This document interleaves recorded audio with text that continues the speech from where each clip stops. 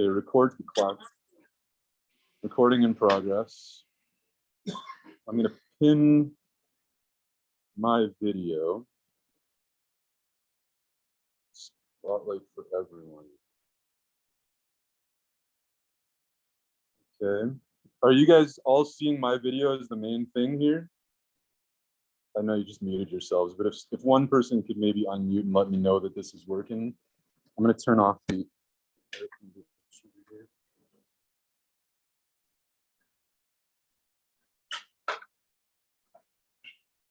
Would you pass me that little remote there?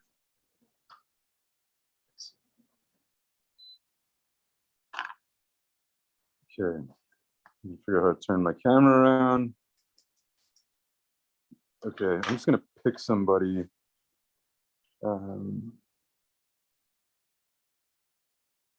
Chuck, can you unmute yourself for a second? Yep. All right, can you see everything that's going on here okay? There's Joe. Yep. There's Al. Yep. There's Andrew. There's Mark. Looks good. You can see and hear everything okay? Yep. And what you're seeing on your screen is my video and possibly nothing else? Yeah. The main thing that you're seeing is the video of us in the shop here. Yeah, this is just the shop and Joe sitting in camouflage trousers, I think. Yeah. Is that Chuck from Ontario? It is, I believe, Chuck from Ontario. It says Chuck from Canada anyway. Yeah. Hiya, Chuck. Hey, this is Steve. Can you orient your camera horizontally? Like that? Well, no, I think you have to stop and restart to get it to format horizontally. It's just easier than panning back and forth all the time to see everything. Well, I'll be honest with you. I don't know how to do that. Okay. Let me just take a quick look here in settings.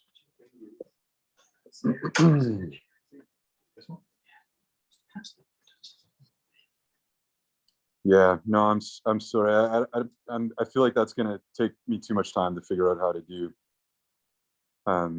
So this might have to do, if that's Well, okay. once you're doing close-ups, Jordan, I don't think it's going to be much of a problem, right? So, because you're going to be doing my hand mostly, right? Yeah. No one needs to see my head. It'd be great.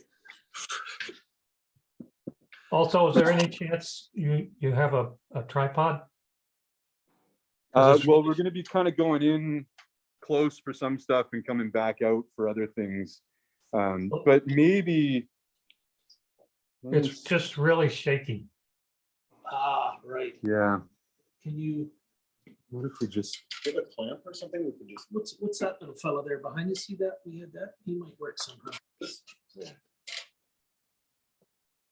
Yeah, good. Or can you turn on image stabilization on your phone or something? we're going to need this at some point. Oh, okay. Possibly I could do that, but unfortunately, This is all new to us, guys. So yeah, we apologize. He's got a music stand somewhere. No, maybe you could just this.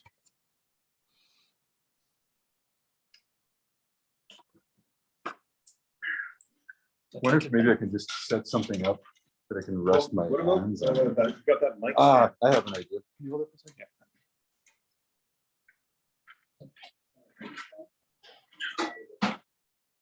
I'll just rest my arm on this, so at least I'm not. That way I can still.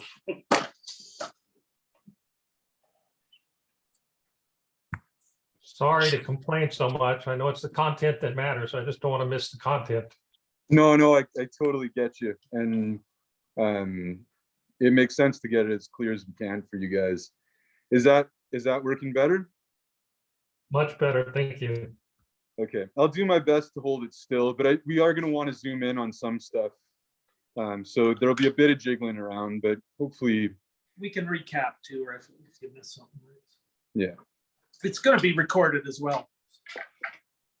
All right, Yeah. thank you. Yeah, just bug Joe if you need anything. Don't email me. Email Joe. Dear Jordan, can't say it out loud, but you know what I'm saying.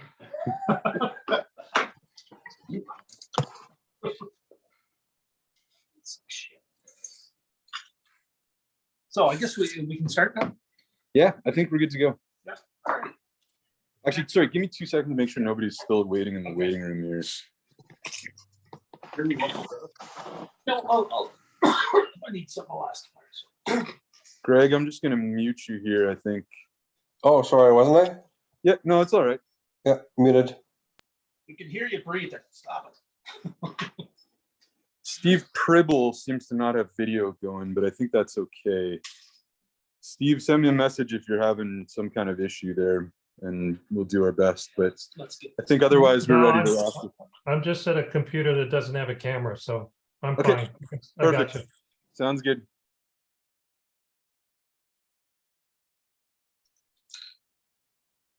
All right, Joe, take it away.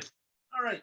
I'm going to do a brief staple rolling thing here for you guys. I've already pre-cut this, so I'm pretty sure everybody can set the width and everything by the little formula I gave. So we'll give her a go. Mark, could you grab me a cup of water? Sure. Raises? Yeah, we'll fill that up. Where is that sink right behind me here? Is there? Yeah. Okay.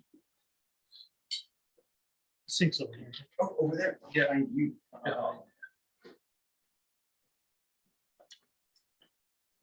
Jordan's created the coolest setup there. Perfect, that's good. Yep.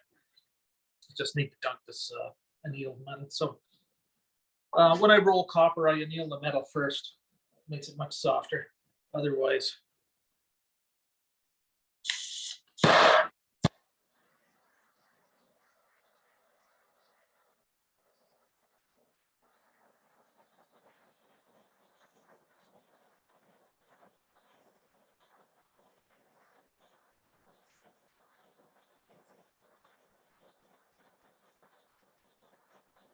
what the color you want to get when annealing metals.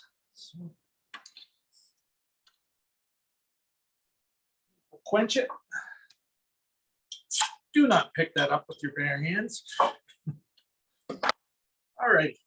So Jordan has made a little jig here. Show the Jordan the jig. And that's just going to be the start of her rolling. So Steve, that's just a vermiculite board. You can get it at hobby shops, like jewelry supply stores. It's just a heat resistant material, nothing special. some people have fancy stuff. Not me. Take this mark, please. Yeah. Make you work.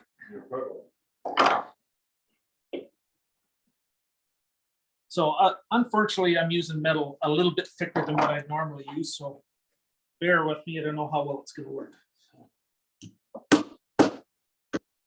Like a champ. My hammer on this, is it tough enough to hammer on the handle?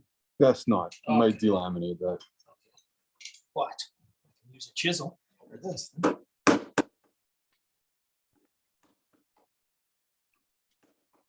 Sorry, folks, I'm not at my home shop, so I'm a bit of a duck out of water here. So, oh.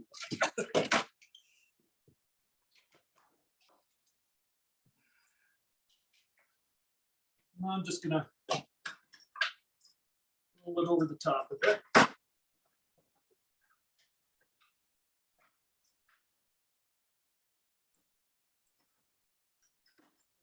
Working all right? I think so. Yeah. So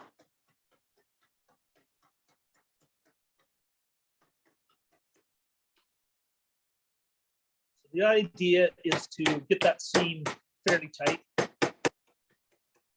Happy how this is working.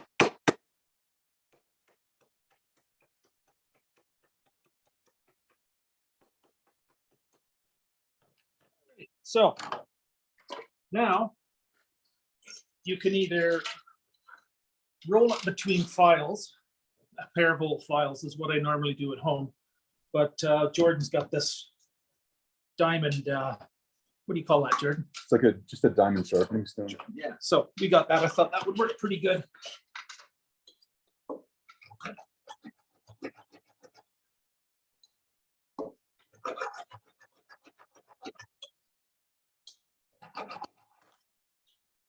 Oh.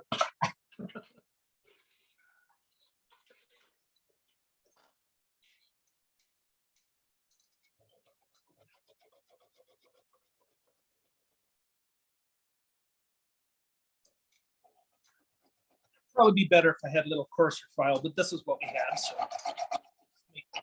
Make do.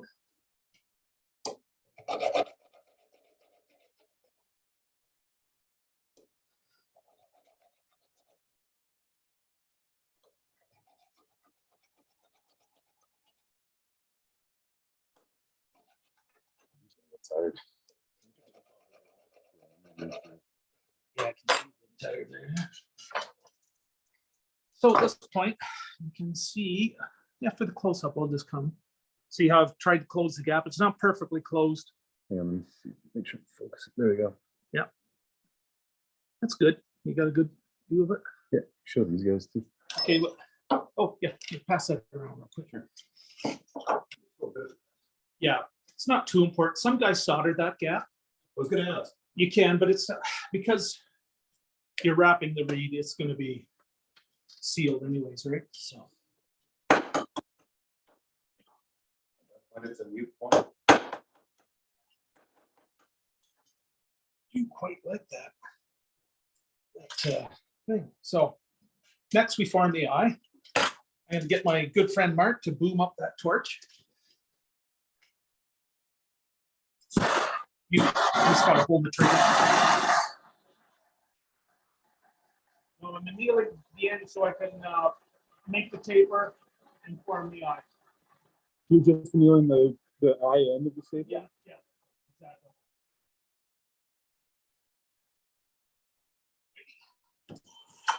Again. Now, this is fairly important, this part. So in my way of making them, I form the eye along the gap, the seam. So the edge of the eye is on the seam as opposed to the seam being in the middle of the eye. Exactly, exactly. Because what I found happens is when you form the eye, that bloody thing opens up and it's hard to keep it. It's hard to keep it done. So now the next thing is this. Yep, get something there. Yep, there we go. You need a fairly long set of needle nose, right?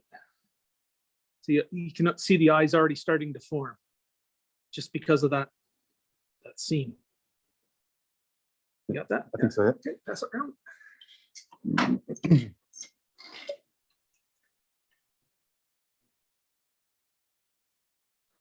So what do you do with the seam afterwards? It doesn't really matter because it's being wrapped. Yeah, because the wrapping will actually close it a little more, right? Right. So, And you're using a waxed thread. yeah, kind of. So next thing that you do is form the eye. So we already got a nice eye shape on that end, right? Pretty good. So this is, it's a bit of a trick. You getting that, George? I think so, yeah. I'm pretty happy with that.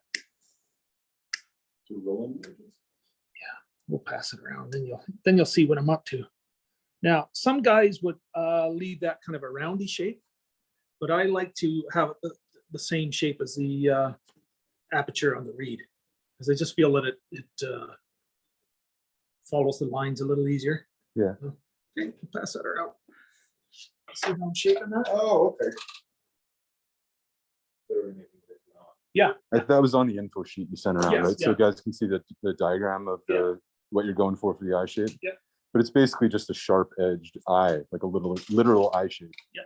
As opposed to sort of an oblong oval. So now, Is that because redundant? because of rolling the metal, we've got 50 thou long, right? Which happens. So I'll shorten it to 2 inches just by filing. Normally, I'd stick it in the lathe and give her a spin with my file. But just going to do it this way today.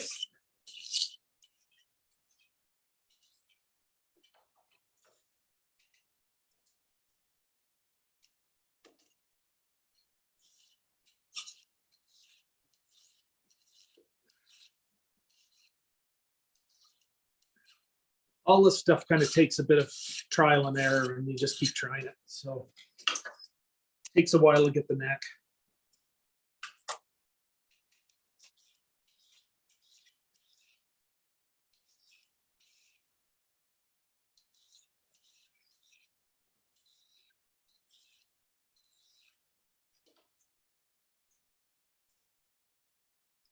Chuck asks, which end are you trimming?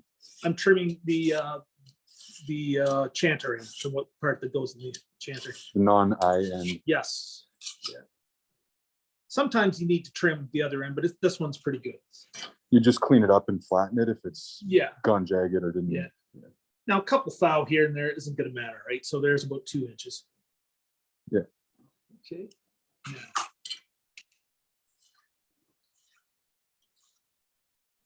Some milk in my tea there, Mark? Would you mind doing that for me? Oh, put some milk in your tea. Yeah. Milk? What, you got milk in your tea? So I'm shocked. Yeah, that's good. All right, so what you also want to do once you finish setting your length is you want to round off. You want to take any burrs off. Thank you. Yeah, inside and out. So nice clean. Yeah. Yeah. No, do you guys want to see this? Or Let's see the other end. Yeah. Actually, I feel like it's focusing well here. So there you can see the actual like sharp edged eye shape there You pretty can well. see the eye of the tiger right there. It's the thrill of the chase. That's what Yeah. reed making is, isn't it? It is. Yeah. You guys missed a real nerd out session yesterday. Woo! We made a spruce reed. Oh, really? How'd Yeah. that go? Not bad. We learned some stuff. I learned a lot. Yeah. So I've set the eye at 70 thou, and That's Jordan- inside. yeah, inside. Jordan makes such a lovely mandrel that I didn't even have to adjust. Hmm. Yeah. Yeah, what do you know? Yeah, once in a while I get lucky. Today's our day. So far. Okay.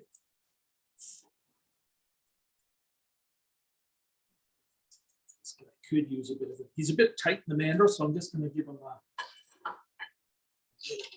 whack with this really cool Japanese hammer.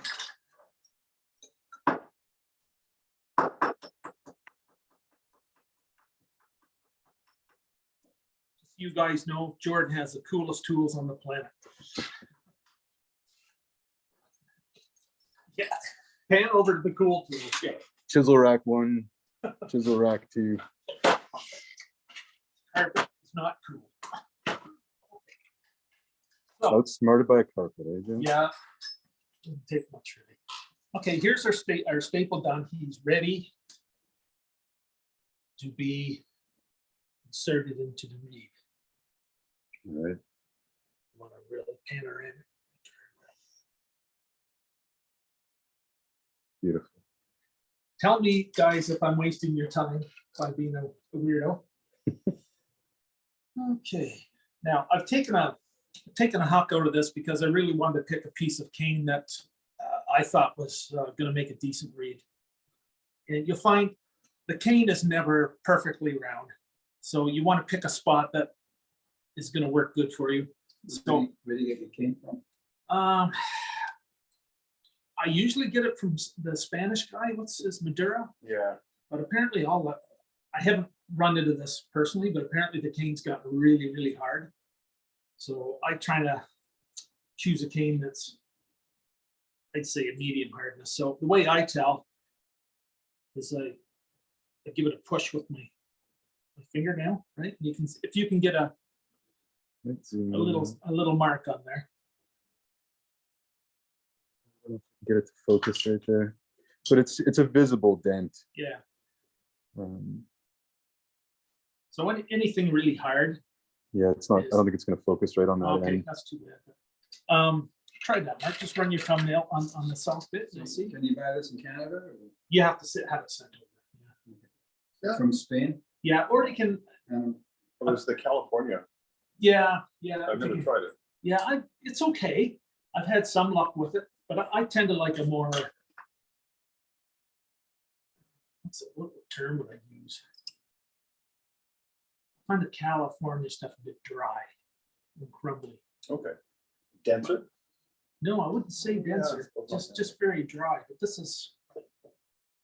This is quite dense, but still time being soft enough to use, right? So, just so you know, I forgot to put it on the sheet.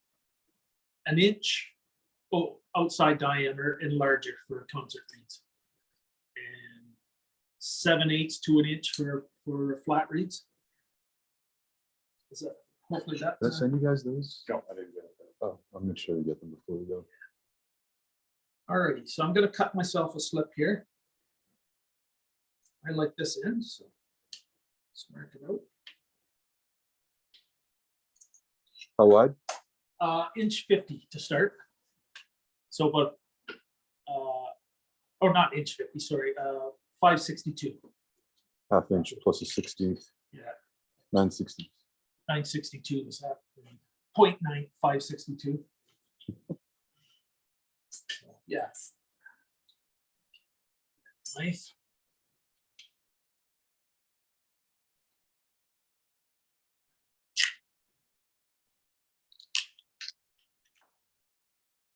Jordan's extremely scary knife. Still have all your fingers.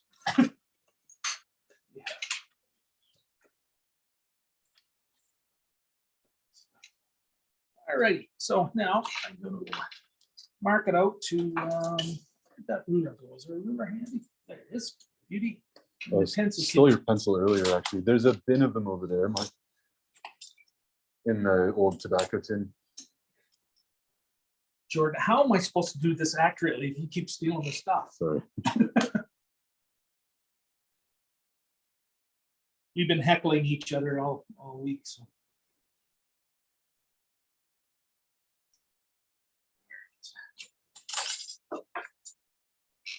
Joe's been heckling me. I've been respectfully respecting his old age. Well, I for one believe it. I may have been born at night, but it wasn't last night.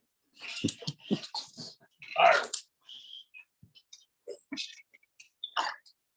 Okay, so now you'll see Jordan's made a really nice block there for making the reeds. How long is that piece of reed? Is that It's that's not full. that's the wrong side then. I don't use the other side. You don't use the gouge side? It bugs me. All right, fair enough. So that's 4.5. You want to see it or is that? Yeah, I wouldn't Yeah, mind. pass it around. So speak up if you want, you know. Just want to make sure everybody gets a good view. Lovely. Okay, so Jordan has two sides. He has one that where you could lay the cane like so.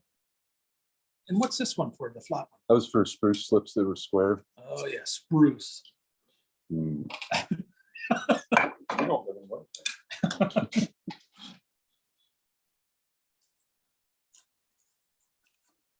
Yes, Jordan and I did some really interesting experiments yesterday. This is a tad dry for what I'd like. Oddly enough, the piece yesterday was decent. Oh no, it's all right. Just as a crazy chisel, it's as sharp as the knife, and that's scary. So the reason I make it wider than the slip is so you can get both sides parallel.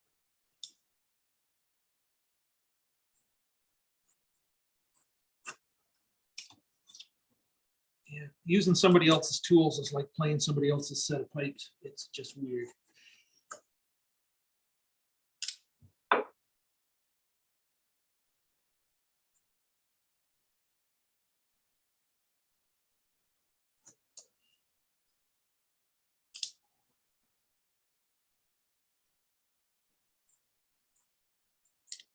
All right, that's pretty good. Pass that around. I'll show it to our audience. You just take on the bottom here. Yes, yeah. But the Northumbrian plates would be very similar, but the difference is they would use a much smaller sanding circle. Yeah. Al here is a Northumbrian piper. And a great singer. Mm-hmm. All right, so can you get a focus on that? Yeah, so it's 9/16 wide. Let's see the end profile, just so people know So it's just flat bottomed and then you. Damn. There we go. That's, you can kind of see. So it's just round on the top, flat bottomed, and 9/16 wide. And what are the edges? Like, you're not going for a knife edge, but just even No, on I both just- sides? No, because I'm gonna parallel the sides, right? Okay. So do that. I kind of do it with a plane to get close.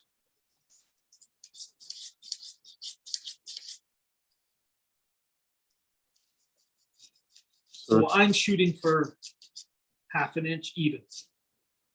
Now, excuse me.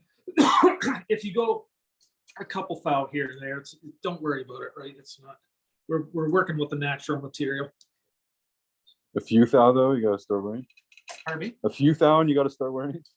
Well, you wouldn't want to be 10 thou either way, right? Because as you tie the thing together, it grows wider, right? Hmm. So you will kind of change the way the reed responds. So. Yeah. You got a nice smooth edge here, nice straight edge. So my one end is already at 1/2 inch. What grit paper are you using there? 320 really doesn't matter. 220 will work. See, I'm a little bit under here, but it won't matter because it's at the tails. About 5 thou under. It looks Yeah, like. yeah.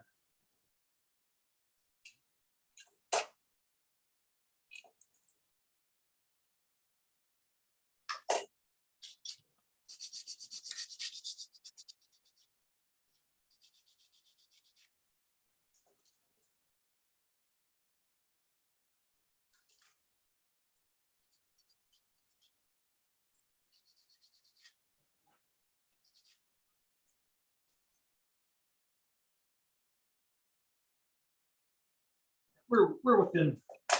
I'm happy. I'd like to have it a little straighter, but that's okay. So there's our basic slip ready to gouge. You want to see it or? Yeah. Yeah. So it's parallel sides, it's Parallel sides, 1/2 inch. 1/2 inch wide now, but you're not concerned about how thick it is at this point. No. Just And- most of it, it's even and flat. Yeah. And And for my style of flat chanters, you would be 400 thou wide, or roughly about 10 mil. Okay, so that's that bit.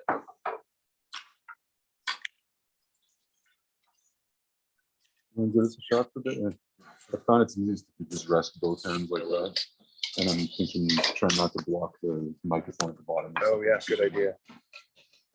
Leave it to your team. Thank you, Mark. You're quite welcome. So now this part of the thing, for me, this is a wee bit too much of a broad of a radius, but it'll do the trick. So That's from the Kennedy Uilleann. yeah, which one is it now? Actually, I want to say it was a custom one that they had made for when they were supplying those. I'm not sure you can get that exact one anymore. Okay, well, I think it's a number 9 I have at home. But you notice how that the sliver comes off there, the shard comes off. It's kind of curves, right? You kind of want it to just curl off the slip. That's when for me, that's when I know I got a piece that I like the density and whatnot. So I feel this one just slightly harder than I would like.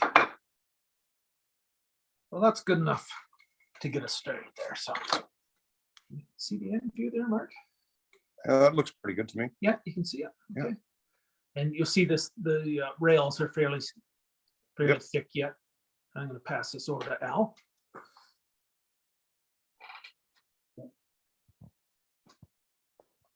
Again, it'll be very, very similar. Your slip would probably be considerably shorter for Northumberland reed, right? Mhm. Because it seems to me the tails are quite short, little fellas. All right. So do you think about like flexible stiffness or anything like that at this point? No, at this point, no. No. So you're not concerned. But about that's it at a all, just- really nice straight slip. Yeah. Because sometimes they'll get a twist in them, which is okay, but So you're not too concerned if it does have a twist or like a Obviously, you don't want that, but it's not, you're not throwing a slip out immediately if it's not dead No, straight. no. I'm more concerned about how the pith feels, right?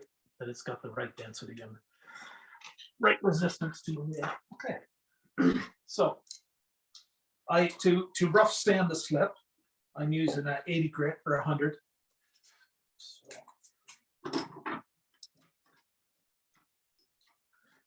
That's 2 1/4 inch. 2 1/16 this circle is. You would probably use 1 1/8 maybe for Northumbria, if I remember correctly. I just grabbed something that I had. I'm gonna bring the camera a little closer. Okay. Alrighty. So at this point, I'm not really trying to, I'm not being too precise. We'll get to that point later. Just trying to get a rough curvature. Watch your finger pressure because you can sand too much too quick and then you're starting over, which is never fun. Well, I don't know. 1 1/2 inch. Yeah, I figured it was around there.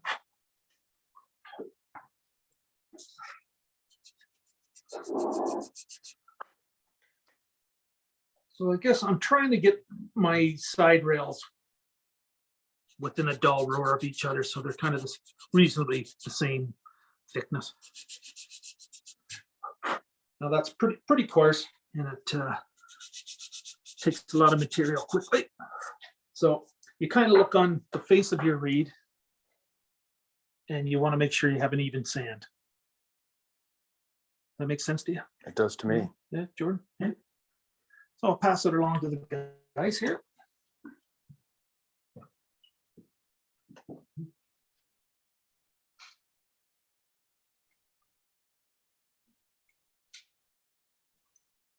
Look, see, Jordan? So this is getting close to finished now? No, No. we're the first step in after gouging. So you're just going for as even a finish and even on the side Yeah, as possible? Yeah. So. Alrighty, so now I'm at the point where I can,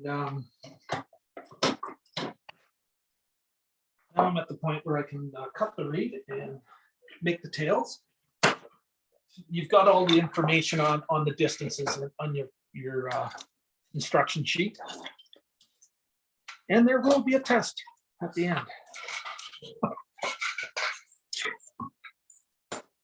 This is one of those pay to cheat tests. Okay, I'm good here. All right, so 2 1/4 is my half mark. And then 1 1/16 to the start of my tails.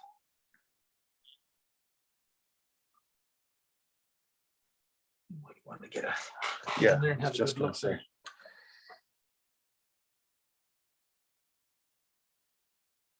I think that's pretty good. Yeah. Oh, lovely. Yeah. Oh, there, that's in real good focus Yeah. now. Yeah. Lovely. Okay. You have a handsome set of hands, I must say. Now they see it close. They're working hands, and that's the important thing. That's true.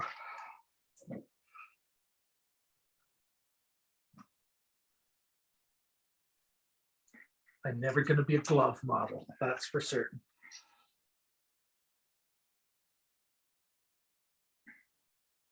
Only David Duchovny can be a glove model. Yeah. Okay, so I mark on the outside as well. Then I know where to cut. Center my thingy here.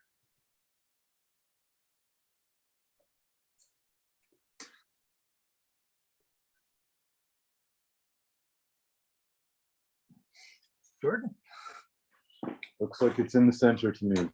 Okay, thank you. Good job. Yeah. Oh, that 1 1/16 is from the tail end towards the No, center, or from The the 1/16 first mark? is from the center to the first line for the start of the tails. It'll all become perfectly apparent in a minute. Looks good. All right. Now. You got to focus on that, Max? Think so. Yeah. Okay. So this is the way I do it. I found this is a nice, easy way to get them straight.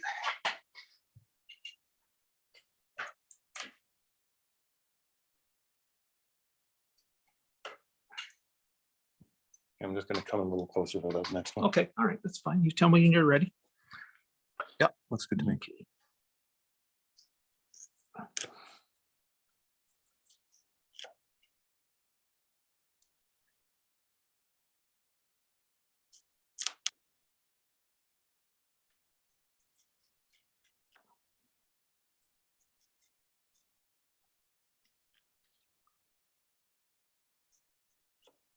Lovely. Okay. That's good. Now, I'm gonna take some coarse paper here and we'll just kind of get a bit of a around us on these corners. You don't want to leave those because that could be a potential leak.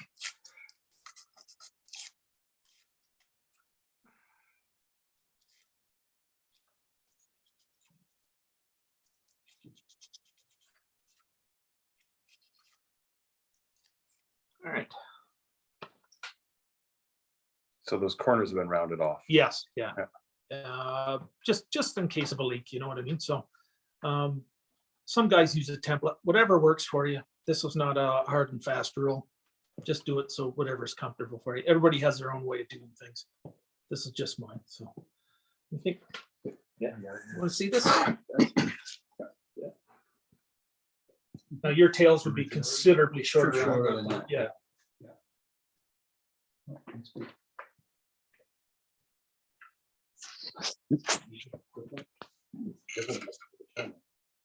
Oh, I suppose it would be, wouldn't it? It is, yeah. Yeah. All right, so now I'm gonna split this yolk in half.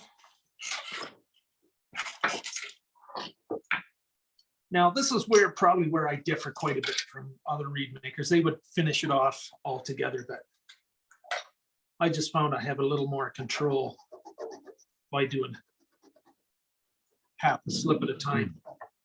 So you don't have your slip to the final dimensions yet. No, I You're finished gonna it. split it and do each one Yeah, individually. exactly. Oh, Yeah. wow.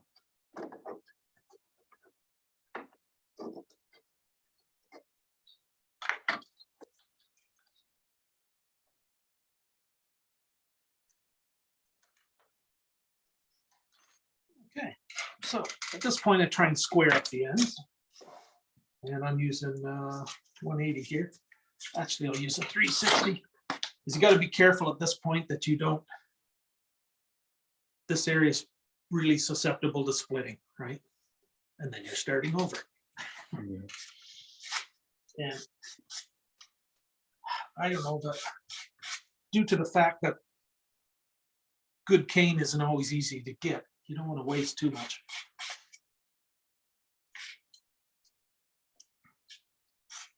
I'll have to do this again after they're tied together, but this gets me started anyways. Give me 2 seconds here before we dive into that next part. I'm just gonna check in with everybody here and make sure Okay, that this yeah. is still working and that everybody's happy enough. Dan, I'm gonna unmute you for a second here. Just let me know if everything's working okay. Or I've asked you to unmute. You might need to do that yourself. Yes, sir. Looks good here. Everything's working okay? Yeah, great view so far. Thanks very much. Great. Yep, no problem. Right on. We'll keep going here. Okay, we're good. All right. Now, I hope. So while Jordan was talking, you Oh, ran yeah. ahead to the, Yeah, sorry. I sanded the end. Started with 360, and then gave another bit with 1200. You don't have to do the 1200, but I wanted to show you how nice the pith is on this piece of cane. If you can focus it, you have to be really careful. You want to see the surface or the tip? The tip. I want them to see how the Okay, let's go cane is over formed. let's hold it over the shooting block maybe. Okay. I think that background might get us a better. Gene is concerned that Zoom is going to kick us off after an hour, but I have the pro account, so we should be good for the full duration. Yeah. If that happens, I think we can see it. If that happens, guys, I'll send you an email with a new link and we'll just start again and keep Yeah. going. But I think we should be good. Yeah. How long have you been out here? How much time have we? Well, it's 1:12, so whatever time we started, 12:30. Yeah, it was right at 12:30. Oh, we're doing fine. 45 minutes in. That's, we're right on schedule. Okay, so come on over here, Jordan. It's our next little round. Can you see all right down at the end there, Andy? Yeah. You're good? There are also a couple chairs here if anybody wants one. Thanks very much. I'm okay, Stan. Okay. Actually, I'll pass this one down to you guys and I'll start on this side and you can have a look. All right, so now I'm gonna get to my semi-finished thickness. And this is 180, I believe. That's what I've been using. So the ideal thickness would be 40 thou, which is about 1 millimeter.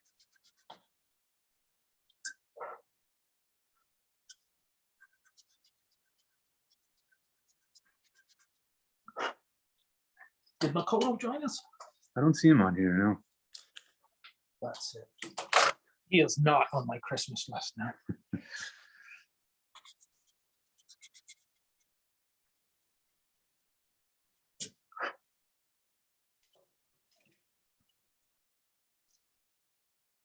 I'm still at 50 thou here. So we'll keep So you're going. just measuring at the end? Sorry. Yeah, yeah. If you watch the side rails there, you see one's a bit thicker than the other. I don't know if you can see it or not. No, that's gonna come through. But that's something you have to watch. It's not imperative that you see it, but Yeah. so you just kind of try and keep them as even as possible. The reeds are quite forgiving until they're not. Okay, we're at 45 now. I'll get a little closer to 40. I'll do the tail here, so. Is the tail as important with thickness? Not as important, but it could be a bit thinner so that it can ride on that taper a little easier. Okay. I used to gouge the tails, but I don't do that anymore because I found I had trouble closing the reed at the end. Okay. So And you're also using this smaller sanding block than a lot of yes, reed makers seem to use Yeah. these days. So you've got a bit more room in there for the staple. Yeah. Doesn't necessarily need that gouge. yeah, it's a couple reasons why I do that. It's kind of partially because of the way I started out making reeds. I've just stuck with it. And Jeff Wolf has been an amazing tutor over the years. He's really helped me out, certainly on flat stuff. But the system is the same idea, right? Now that's to a semi thickness. So you're gonna take it down to 40 thou Yes, total? yes, yeah.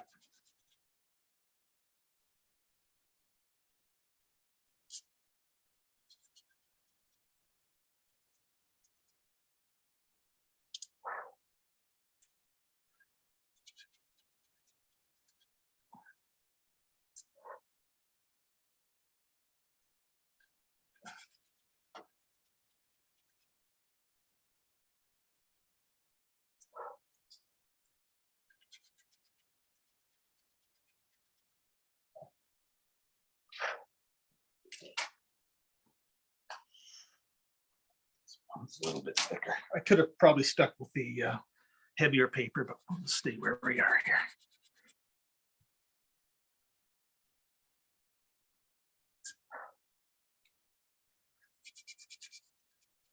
I basically make one reed at a time. I don't go for making 20 reeds and getting one or two that are good. That's not good for me. For the simple fact that you've wasted a bunch of reeds and you don't get to find out your results till after you've made the 20 reeds. So if you make one that doesn't work and you get to a point where it's not work, get rid of it. Don't waste your time with it, right? As Jordan and I were saying yesterday, it either works or it doesn't, right? So don't waste your time fiddling, flogging a dead horse.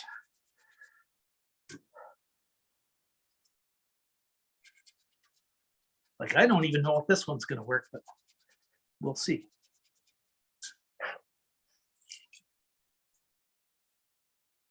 Okay, we're at 45 with that one. So I'm gonna switch papers and go a little bit finer. Telltales when you're doing this, it'll make you just throw. Not at this point. You'd probably catch it at this point if you pick something that was too hard or too soft. Okay. Too soft, you'll get a reed that's dull, right? Be pretty good for regulator reeds though to keep. We've got a problem with Jordan's set. The regulators out volume the chanter, right? So in that case, we might go spruce reeds or we might go a soft cane. But what I'm after for a chanter reed is something that's got snappy and crisp and has lots of tone. Would you agree with that, Jordan? Yes. This will show us the line I read. Yeah, Staccato. yeah. You want it so it's very responsive, right? So as we made a spruce reed last night just for fun, and both of us concluded that it was a very lazy reed. It felt all the ornaments and staccato notes felt slow somehow, like and sort of undefined on the edges.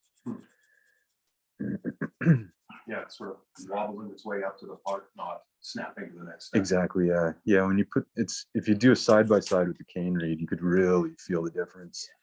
The cane reed was just so fast. Yeah. Now, having said that, I don't have the spruce reed system down. I'm fairly unfamiliar with it. Yeah. Yeah. The one you made last night was very close. Like it's pretty subtle stuff we're talking about, I think, but definitely there was a difference. But I would say the spruce reeds are much more labor intensive To make. Yeah, yeah. There, we're at 40 thou there. I'm just gonna give him a bit of a sand down here. Does anybody in the Northumbrian world make spruce reeds? Is that? They've been talking about it. Yeah. It's experimental. I think it would probably work very well on those, to be A honest little with you. softer. Yeah, Is a lot harder to read. yeah. Okay. Where's the other piece? Right there. Okay, finish him off. The next bit after this is very crucial in my system of reed making.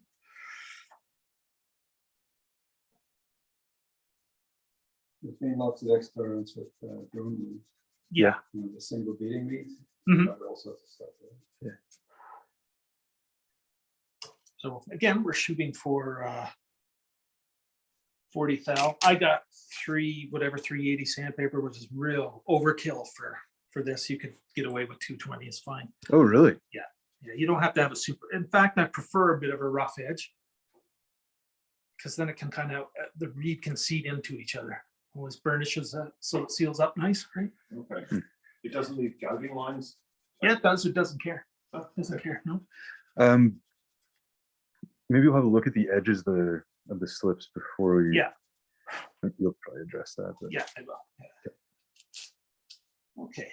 Now this is 41. It's going to be a bit fussy, and we'll get her down that next thou.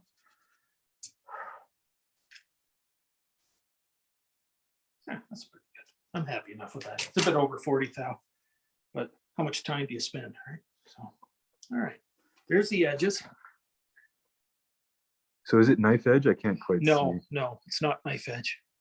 Are you concerned if you're going for the 40 thou thickness and you all of a sudden have a knife edge? Yes, like, I am. I wouldn't use that slip. So the cane was too small diameter at that point. Yeah, exactly. Yeah. Okay. So what happens is you will get a very lively reed. Yeah, you can show them. Yeah, but it will be kind of weak. Weak. Weak as in structurally, it will. For example, if I sent that out to Calgary, it would collapse. Okay. Oh, okay. Now I get what you mean. Yeah. Yeah, you gotta do this. Yeah. So there's some strength there. And so are you going for a certain thickness at the sides, or as long as it's not a knife edge? you're Yeah, happy? not really. If it was too Or thick, too it could thick. be a problem. But yeah, that's something I hadn't really measured because it's kind of a hard spot to measure. Yeah. So Now, this next little bit is very crucial. I've got 1,200 grit. You could use 1,000, 1,200, or 1,500. It wouldn't matter. But what I'm doing, and I pointed that out in my leaflet that I sent, I'm trying to get a rounded edge. There's no sharp edges on this. Interesting. And the reason I do this is because the reed, as it flexes, slides, right? So you've got two little bearing surfaces. So I put the round on that so that it has something to slip over. That's what I think is happening. Can I see it? No, but Well, it makes sense yeah, for them to be flexing Yeah. that way. because they don't really flex, they slide. Yeah, floating or rotating, yeah. Yeah, it's a funny kind of thing. But what you're essentially making here is a leaf spring, right?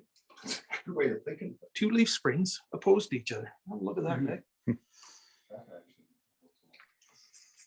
I don't know if you online guys are seeing my text messages come in, but if you are, sorry about that. It's a nice piece of cane. Yeah, it's a beautiful piece. Get a shot of that, Jordy. Use Al's shirt as a backdrop here. Yeah, it's pretty hard to see. Yeah, I don't know if we're gonna be able to get those. Well, you can't really even see it by eye. Yeah, you know what we'll do is take some pictures at the end here. Okay, yeah. and we can send that to people. So You can sure feel it. There's a real difference in feel. Okay, yeah, that's it. so you can actually feel the rounding. Oh, Yeah. for sure. Oh, yes, compared to the other, you can, yeah. It's like a scraper edge in the Yeah. tails. Okay. So has everybody got that clear?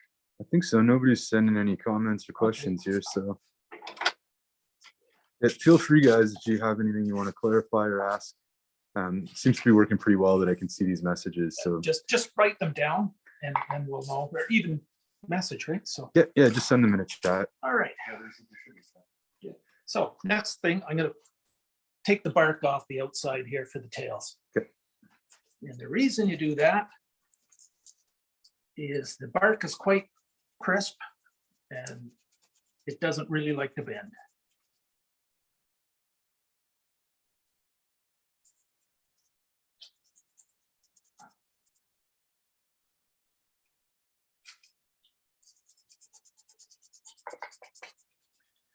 Daryl says, will Joe be chamfering the tails?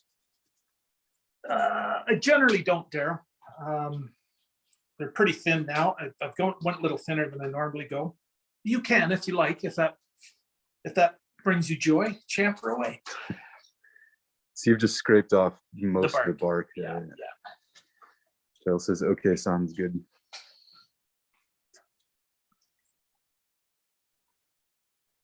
Now I'm using quite a coarse paper here to get through this quickly. Again, I don't care if it has scratches in it. I'm not trying to. And you're going right through the bark on the outside? Yes, yeah.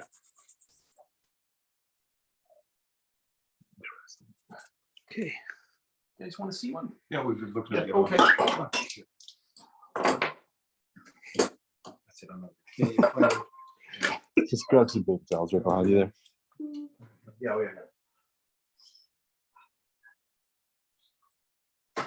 You're no longer invited to the turtle con. You're not turtley enough. You didn't get any of my new pipes, did you? Oh, all over. Oh, no. No, nowhere near. It's only Guinness is all you Wee wisp of Jameson's. Yeah, you didn't dip those tails in Jameson yet, Joe. No. There's an old story. I'm not going to name names, but a young fellow was learning to make reeds, and he was told to dip the tails in buttermilk. That's the only way you would get a good reed. And apparently, I said, "Well, why would they tell him that? That's not fair." He says, "Well, you had to slow him down somehow." He was getting too good at reading. Getting too good at playing and reed making.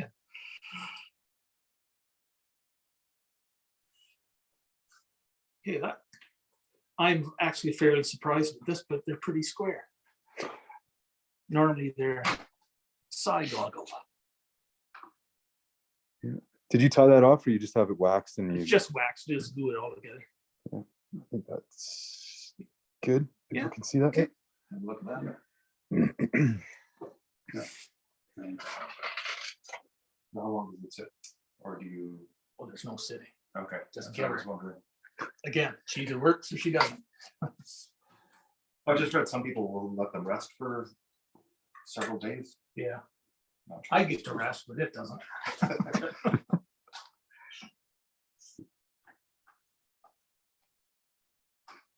To me, that's really wildly open, but I'm gonna. No, you wait and watch the see. next Yes, it stage. is wildly open.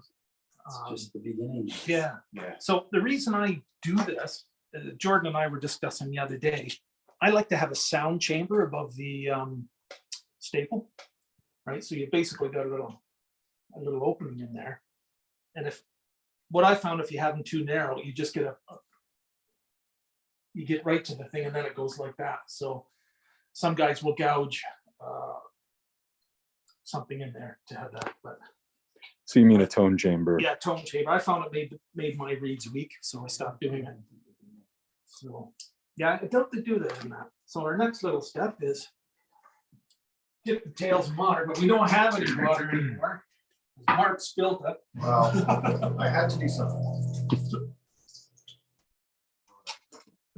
So you just round the tails under the Yeah. top there? Just the soft. You don't want to go too far up because then you do have to wait, right? It's mostly just where you've got the bark off. You can see where it's creeping up now, right? So, whoops. Some guys use a boiling water, right? Which would be okay, right? Because it makes them soft. So, all right. Didn't really in water. Yeah, boiling water. Just the tail. Yeah, yeah. Bet you hot chocolate would be good. Okay. Give me my chair back. You are a lovely gentleman. Oh. So now, Respect your age. I know, somebody has to.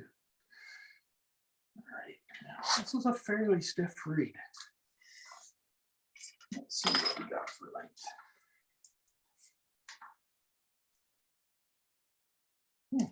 So that's important with the tuning.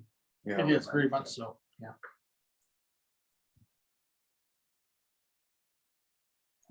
So, 3 and 5/30 seconds for the overall length. Do not squiggle that around, but have a look. Then we'll show. Now look at the aperture in the end. There's a world of difference. Has it closed up quite a bit? Oh, quite a bit, yeah. Yeah, we'll show. This is something I've always wondered about, where the top of the thing sits. The staple. Staple, thank Yeah, you. yeah, Of course, I blanked on the word when I was about to say. yeah. Welcome to my world.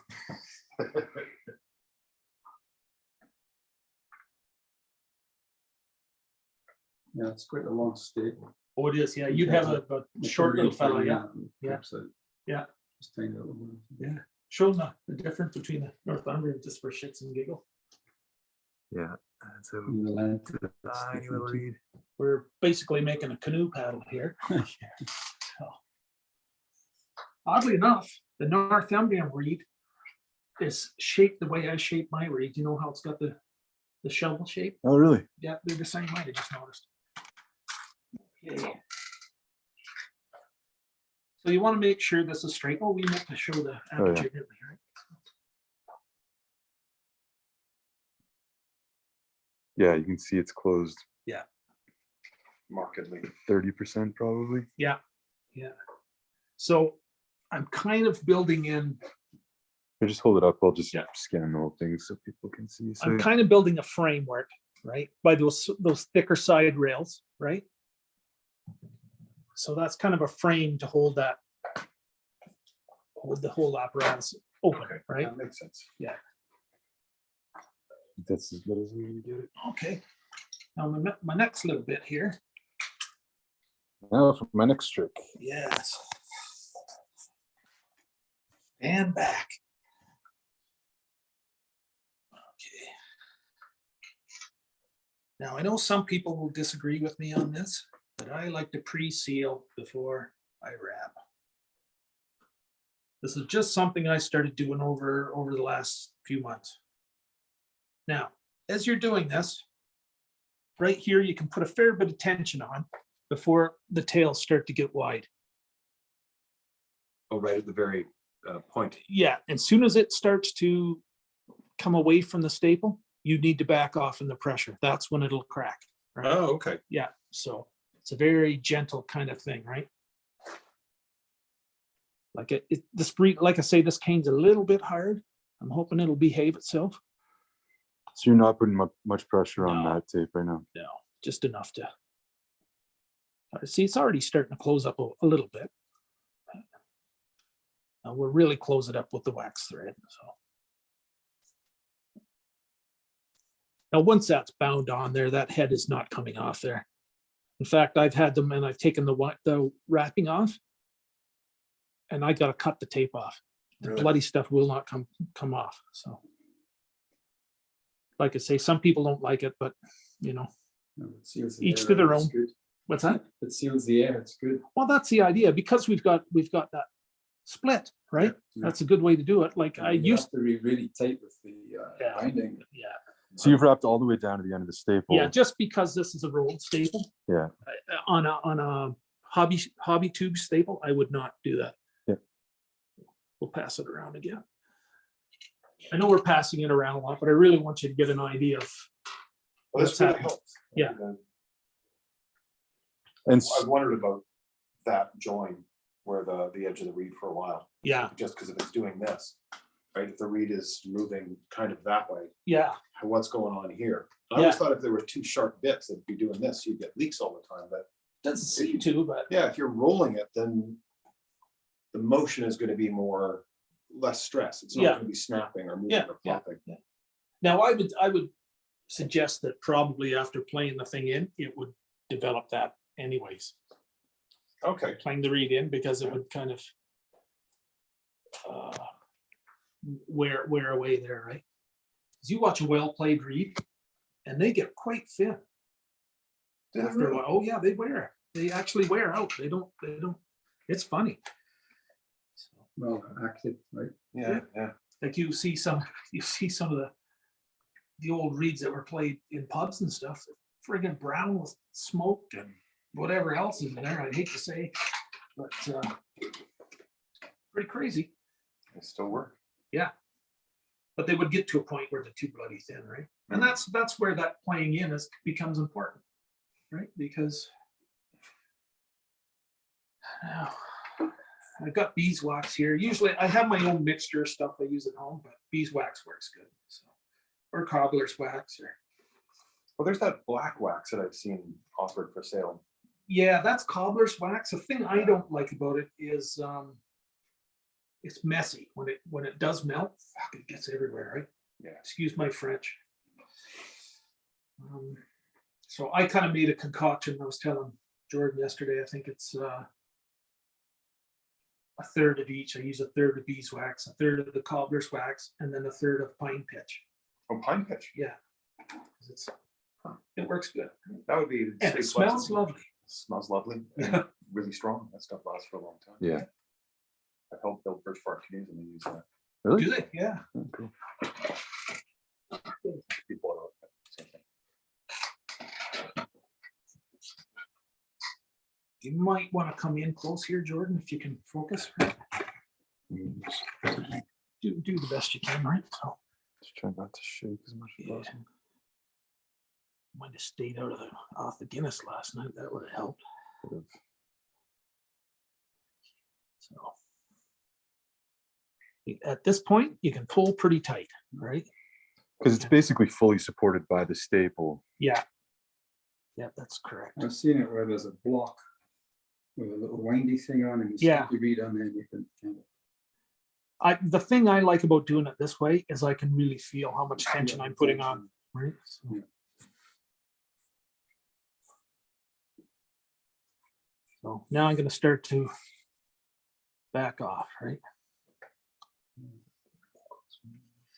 Still got a bit of tension, but So you've gotten to the point where the reed is now wider than the staple. yes, So it's unsupported at these Yeah. very edges. absolutely correct.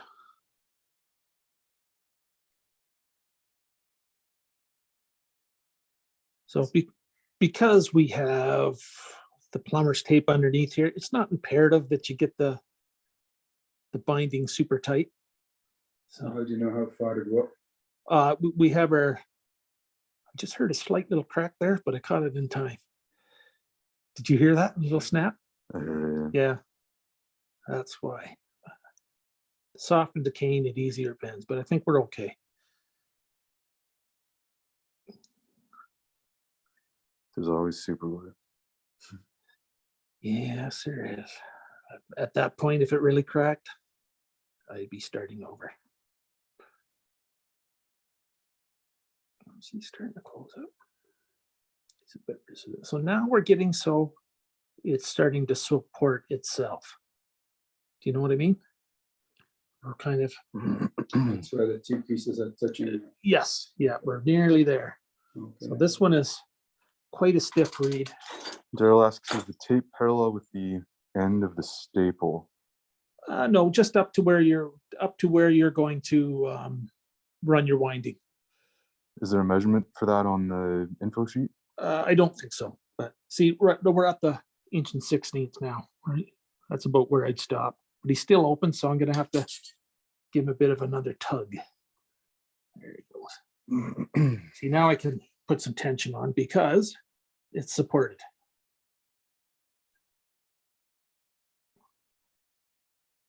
So Daryl, as far as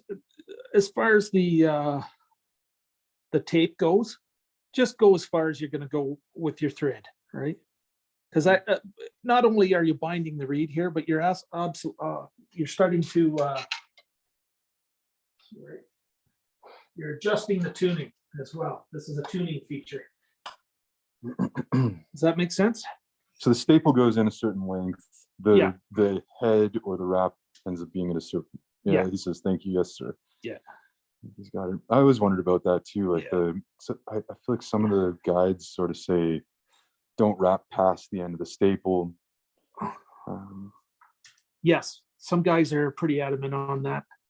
You said it's a tuning feature at this point. Yes, because Yeah. if I wind to here, you've got a flatter pitch, Longer head. longer Oh, head, yeah, okay, right? that's- Yeah, okay. yeah, Yeah, and this one to get measurements too. yeah. Like my read sheet has some measurements, but I'm sure I forgot some stuff.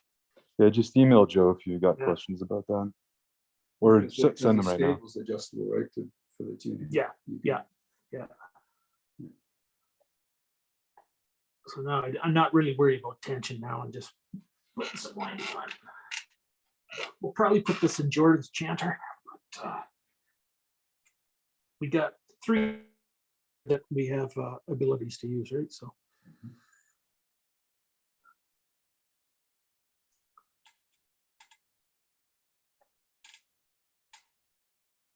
So how long will it take to blow this in, you think? So I've seen guys put it on a block, put the reeds in there and then put a vacuum cleaner. Yeah, But I've they seen that just too. suck overnight. But the problem with that is it's not a really true, No, it's a soft, yeah, it's just constant Well, pressure, right? yeah, one frequency, right? Because there's several frequencies that reads. Somebody posted a reed running in slow-mo. Yeah, so Oh, yeah. through a clear chanter. Yeah. Yeah. Friggin'. Yeah. So you can really see why you couldn't just blow it in and one Yeah, the go. different 'Cause- wavelengths, yeah. Oh, boy, Yeah, they're that doing makes some sense. crazy shit. Yeah, and it does some strange jumps, like the way it Yeah. gets to the second octave. Suddenly it's really wide, and then you go to the A, and it drops back down. Yeah. And then Yeah, watching going, that's interesting. I have Yeah, no the clue pressure what is the it does. same, right? Yeah. Up to 2. Well, Well, yeah, yeah, you're opening the so- holes, you're changing the dynamic inside Yeah. the hole, right? when you get to the second octave with Uilleann pipes, you're at a different pressure. Even the different notes are kind of at a different pressure too, because you have different size holes on that, right? So. There's you. So were you just rolling that in to help everything set? Yeah, seal. It's just had it, right? So. There you. So. There you are. Got it. Okay. Pass it around. So you just put a bit of wax in there to keep everything together. Yeah, just to kind of stick with the thread. You could use pre-waxed, I guess, if you wanted to. And with the PTF, just to reiterate, I'm kind of trying to oversimplify certain things, but you don't really need to, like, the wax is really just there to hold the thread in Yes, place. yeah. You're not worried Yeah, about sealing it. Yeah. And it's tradition.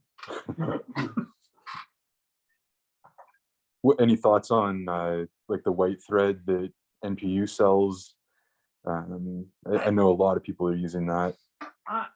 To me, it doesn't really matter as long as it's strong enough to keep everything bound in place. Yeah. I use this stuff.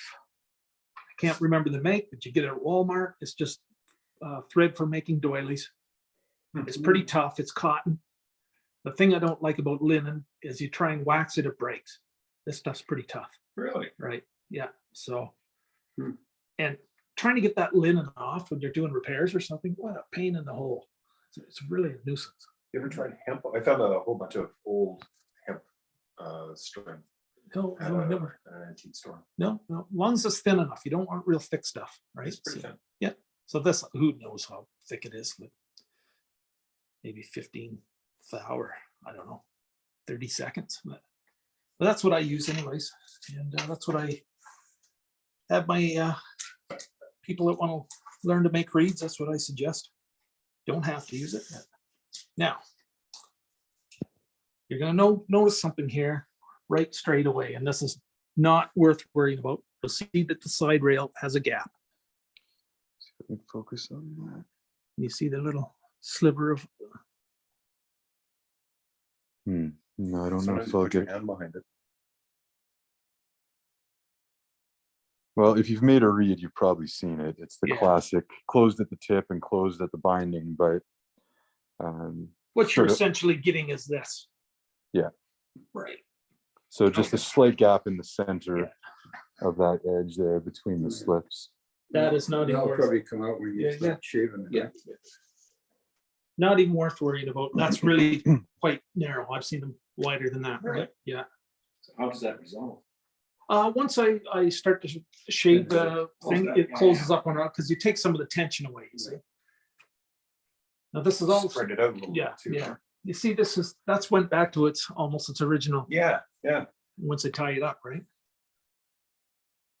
was looking at that thing. That's crazy. Like that's Yeah. really, I didn't think it would be that responsive at this point. Yeah, there's a hell of a lot of tension on that if you think about it, right? If you tied your finger that tight, it would be blue. So I'm gonna lay out my scraping bit. Just lay out my line. So it's 7/8. And this is just the very basics. So that's 7/8 from the lips end. Yeah. He's just making a little mark there. I think I did get a crack in this guy, but we're just gonna carry on anyways, because I don't have time to make another. Still may work. I heard a crack, but I didn't.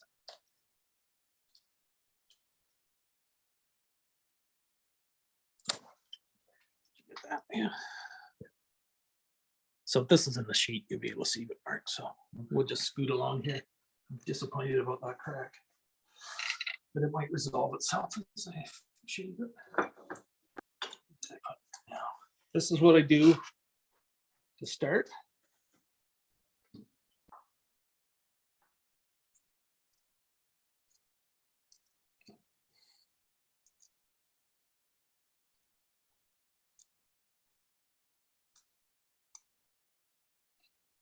God, that thing's like heaven, Jordan.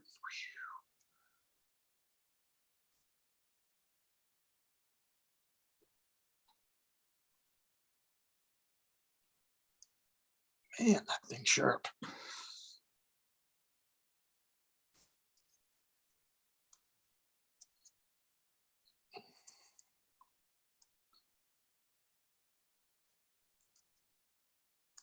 So that's enough. That's roughed out.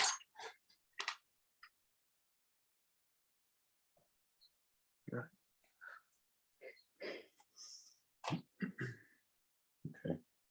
Now I find That's for already reed making closed down a those, lot. yeah, pardon me?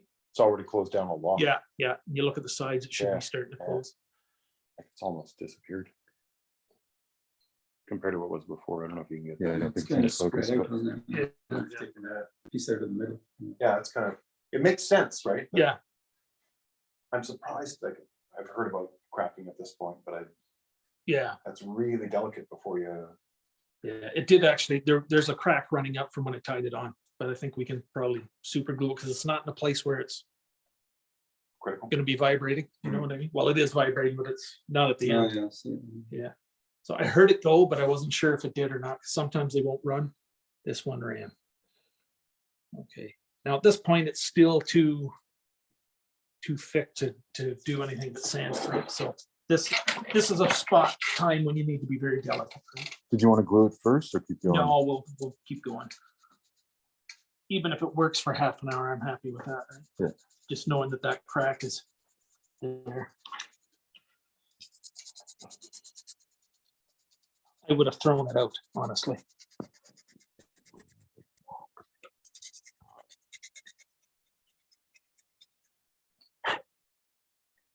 Yeah, it's a pretty tough, pretty stiff piece of cane. Would it make any difference if it was soaked or? You could soak it, but then you got to wait for it to dry. Yeah, Wouldn't that work? Geez, I don't know. That's hard to answer. It's worth a try. It's worth an experiment.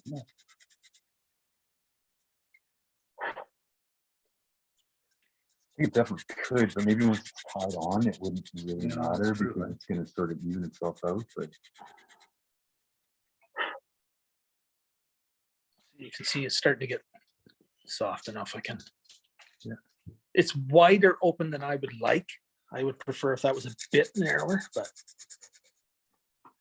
it really makes a difference in how hard your cane is to how much it'll flex. Mm.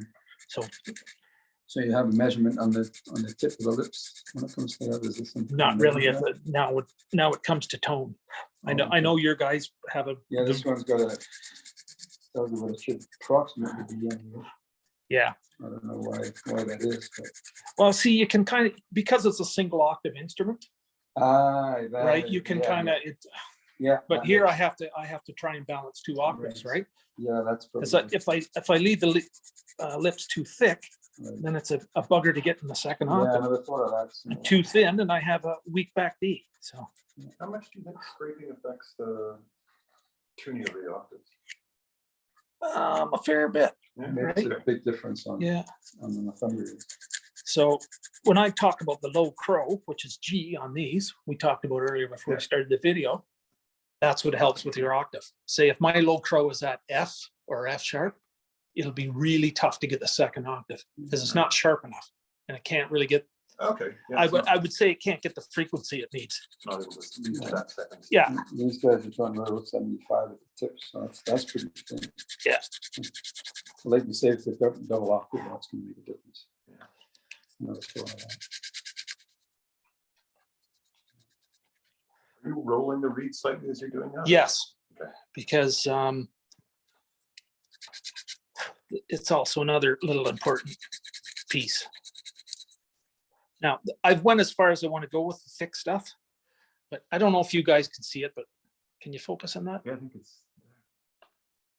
What I'm trying to get here is you want to have, sorry guys, these corners here, I want them to close first. See, if it closes first in the middle, you'll get a figure 8 shape with two little holes right on here, and it will not octave properly. Yeah. You show want these it to guys. collapse from the edge. Yes, you want it to, not to- that's kind of hard to show, but this kind of effect, right? Yeah. So here, we'll pass that around. Be careful at this point. Please don't drop it. It would have been fine until you said that. She could go off like a hand grenade. There's bits of reed everywhere. It is really cool to me that those sides went from that to that just from scraping. Yeah, This portion here. yeah. I mean, it makes sense that everything's relaxing and then flattening out. Yeah, I think that crack will be I think it'll be pretty okay. crazy blue in there. Yeah. It'll be fine.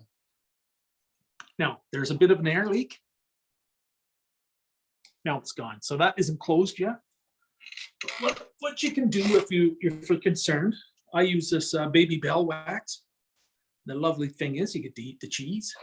So, and I just run that in there. It's quite soft. It's pretty warm in here today, so. Airtight. So I might be able to get a crow, but.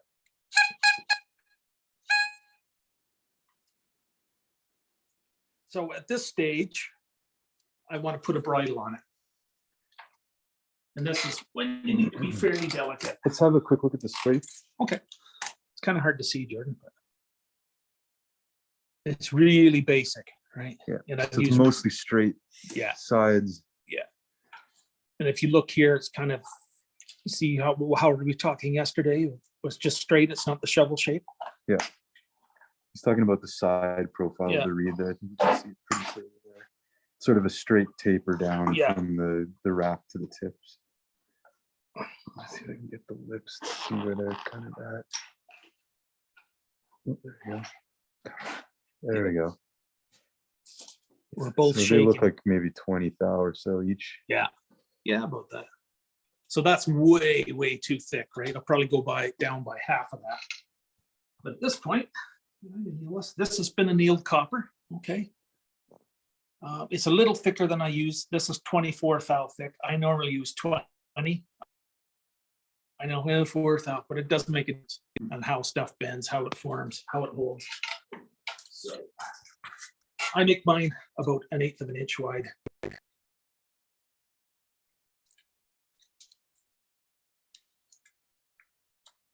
So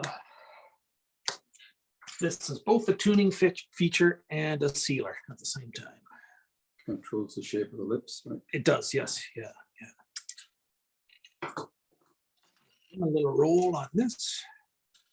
That's clever. Yeah. Probably too much, but no, it's close enough. Then just look there. You'll see that there's a gap there, so I'll just open them up to make it go away. Got it. Okay.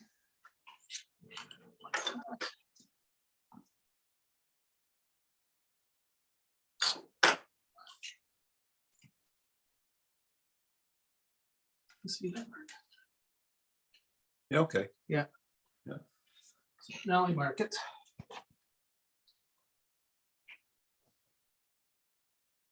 I make about the half mark here. I think we'll be okay. I think that staple will hold it right, or the bridle, sorry. Like I say, I don't really care if this reed lasts. So, yeah, that's pretty tight.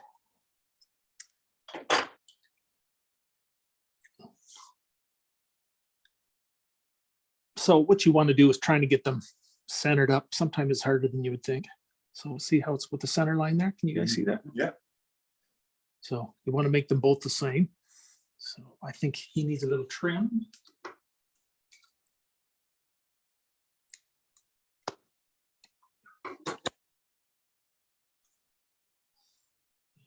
This guy, I didn't do a very good job of cutting a parallel piece, but it's all good.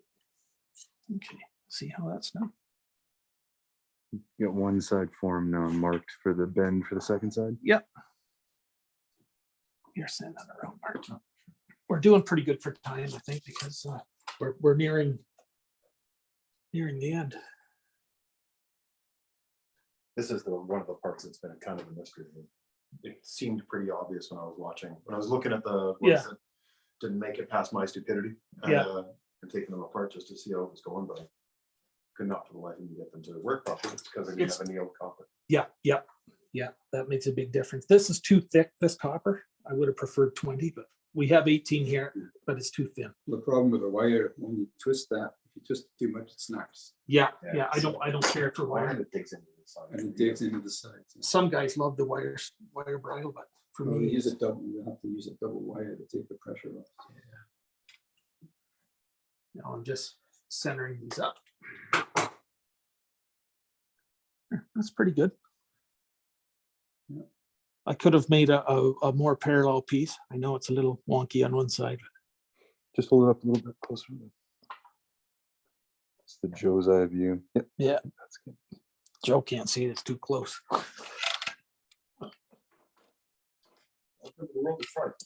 Yeah. So now I'm gonna close this yoke up a bit. There's a crow. Do that again, you see what it's pleasing. It'll be sharp. Yeah, it's real sharp. That's, It's reading A flat. yeah. So now sometimes when you put the bridle on, it cockeyes the alignment. So you can just kind of give it a twist to get it back. You'll see how much I've closed. Now, as I sand that, hopefully that will close up a little more because that's really thick right now. I'm surprised it even crows at that. Yeah, okay. I'll pass that on. Sand the So outside. you put the bridle on first and then trim it down. Yes, do the final sanding, right?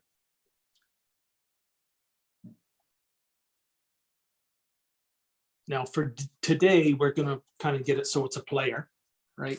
And it probably won't last. Right. So you'd give it you would get it kind of so it's a bit hard to blow. And then let it sit, play it, let it sit, and just gradually adjust, right? Especially if you're a person that's making a reed at home, you can really design what you want for the reed. Well, that's, I mean, the whole thing about letting them sit, knowing when to let them rest, when to Yeah. push them, when not. Is, Yeah. See, I pushed too far today. That's why That's where that the cracked. decades come in, I think. Yeah. I pushed that too far. That's why it cracked today. Okay. Plus it's hard cane. So there was a couple things getting me. So this is 80. We're done with that now. I'll go to this would be the semi-finishing stage. So, is that okay? Yeah, Get that? I think so. So you'll notice as I'm sanding it, I'm rocking back and forth for the same reason. Because I want it thinner on the edges than in the center.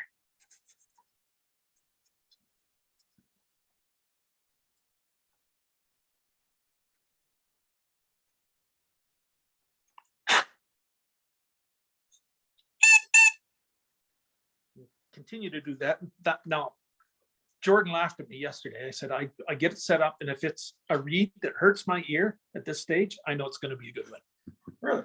Because it'll make your ears ring. Just the pitch of it and everything.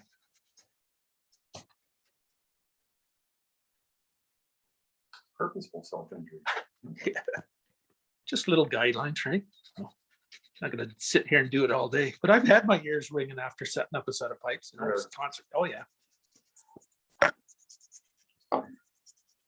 Because I set them up pretty, certainly concert ones, I set up with a fair bit of bite to them. Would you say, Jordan? I would say that is Yeah. accurate to being an understatement. I want them crisp and clean with no caffeine. Oh, that's going back. Oh, isn't it? I would say, yeah.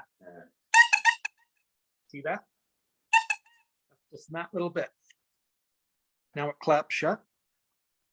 And we're still getting it closing the way I like.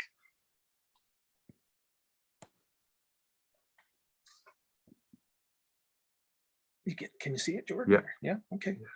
And just gently press it together. You'll see what I mean. So if it's doing the figure eight at this point, that's an indicator that it's too thick at the edges.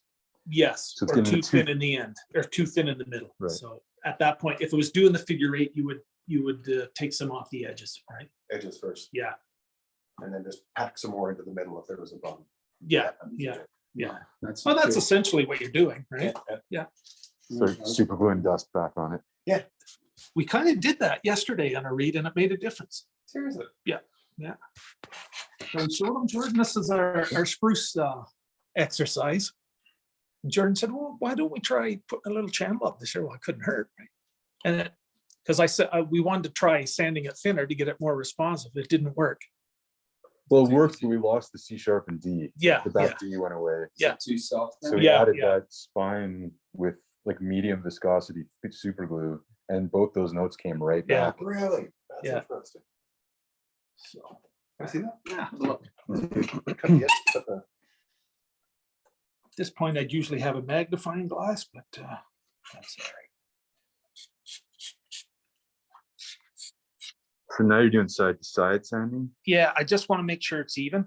I think they're a bit thick, so I'm going to go to thinner stuff, and I'm just about ready to try Channer.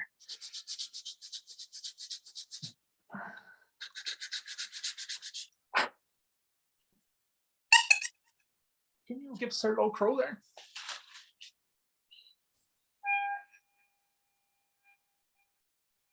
Oh, got his tuner. Yeah, so we're at 20 cents sharp of G. So I'm going to try and. And are you focusing your sanding on a certain point at this stage? Well, because it's clapping shut and I'm pretty happy with the way it's closing. Now I'm going to work at the bottom a bit. And this is where that shovel shape comes in. Okay. We'll see that in a minute.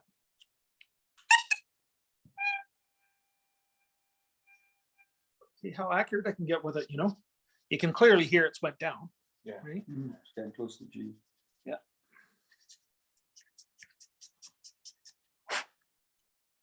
Yeah, I've got a slight shovel shape to it.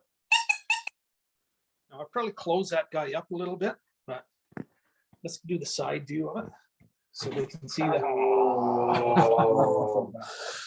Oh, that's gonna sting. So when he says the shovel shape, he's talking about a scoop from, hold it a little bit more like this. There we go. So the side profile of the head, see if I can get it in focus here. Come on. Doesn't want to go here. Okay.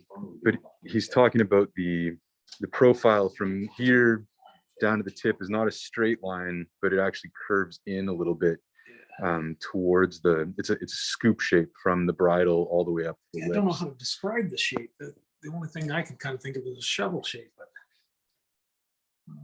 it's like I'll get a picture of that and send it out to you guys. it's like a ramp you would take off on those. I don't know if anybody's familiar with the dirt bike flipping. Yeah. It's like a ramp like that. It goes like this. Parabolic arc. Yeah, like that. Yeah. So that's what you're getting there. With a Thank you, ski Mark. jump. Yeah. Now I'm gonna just give this a wee squeeze.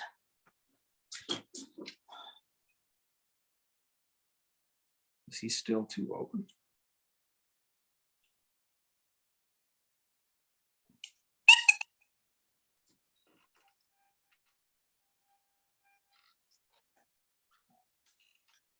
I'm just going to, oh, I need that paper back down.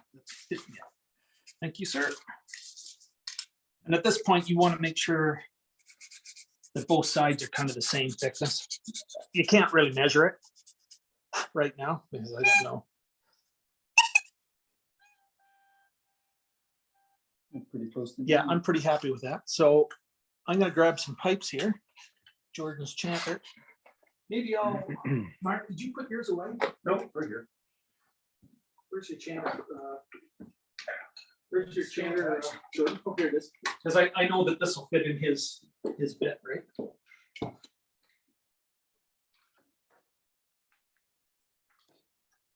As well. We'll have to make some wrapping. I think we should put a brass tube in there to make that a little easier for tuning. Yeah. At some point. I'm gonna rescue my reed. Okay. Show them the finish rate there, Jordan. Well, here, I'll see if I can get that side shape we were talking about. Yeah, I think so. There we go. Good. So you can see it sort of scoops towards the bridle. So that does a couple things. Sort of like a ski jump shape like that. I think you guys are getting that. That scoop does a couple.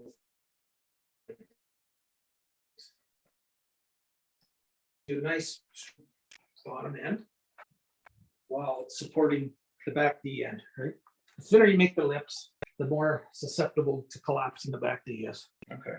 So Like the thinner you make the lips at the base of the reed or at the Sorry. Yeah, then you make the lift, so I should actually listen to what you're saying. Yeah, yeah. The base of the reed will say the V, the bottom of the V is where you tune kind of the lower notes. And tuning isn't correct, it's more tone. So to get a nice big tone, and you'll see when I'm talking about that sound chamber, it's from the Sorry. bottom. Whoops, sorry. Yeah, Daryl just had a question there. Yeah. Reading it, but The bottom of the scrape to the top of the staple is your sound chamber, right? Because you've got it pretty squished here, but it kind of tapers into it, even on the inside. Yeah, you can see how you've got the way the Yeah. base of the. So in a way, you're kind of making a mini tuba or a mini horn inside there, right? That's the only way I can describe it. Yeah, you're squeezing it. Yeah. Into the chamber. That's a good crisp read. hang on, there was a question. Can Okay. you send that question again? I've lost it and can't figure out how to get it back on the screen here. I think it was Daryl. He says, is it good practice to support the bridle by a tad bit of beeswax so it doesn't deviate? Yeah, that's fine. Yeah. You'll find this is the more you use it, the bridle kind of starts to slip around, right? So I use some of the sticky wax, hold it down The same red stuff. the cheese wax.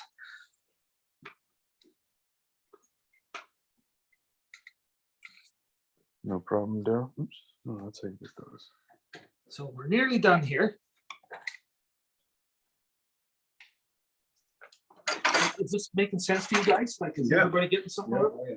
Because I often worry about my descriptions as You being. have that yellow bit of leather there for him. Yeah. This is gonna, I'm gonna really tell it's gonna blow our ears off. So.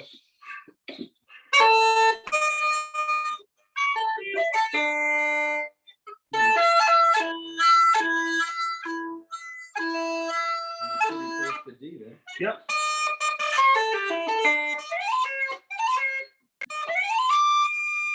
Whoa. Go really, it's a little ungainly. Daryl says, winner, winner, chicken dinner. Yeah, if you guys can't tell on this video, that is very loud. Now, the back knee is quite sharp. So that tells me, and you heard how the second octave was a bit hard to get that up the upper hand. So I can do two of one things. I can either close the bridle down. I'm going to slide him down a bit. And then I'm going to sand just a wee bit, right? And I'll probably use that piece right there. So this would be kind of your finishing bit, right? So that's probably 12 or 1500 Yeah. paper head. You don't need to use this thin, but here we are.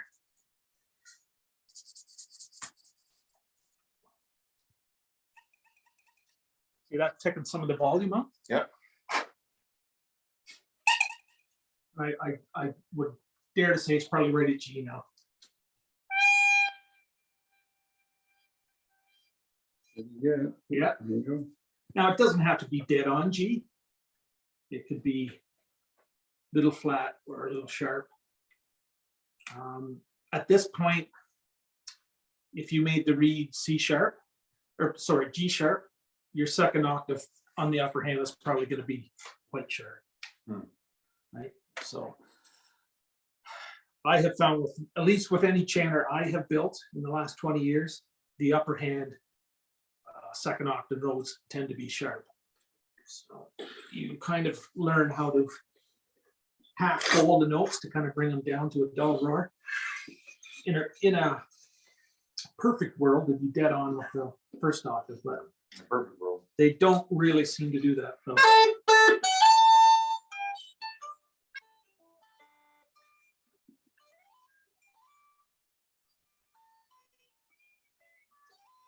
Not happy with that. So there's a problem there. I'm sure what it is. Oh, once more venting.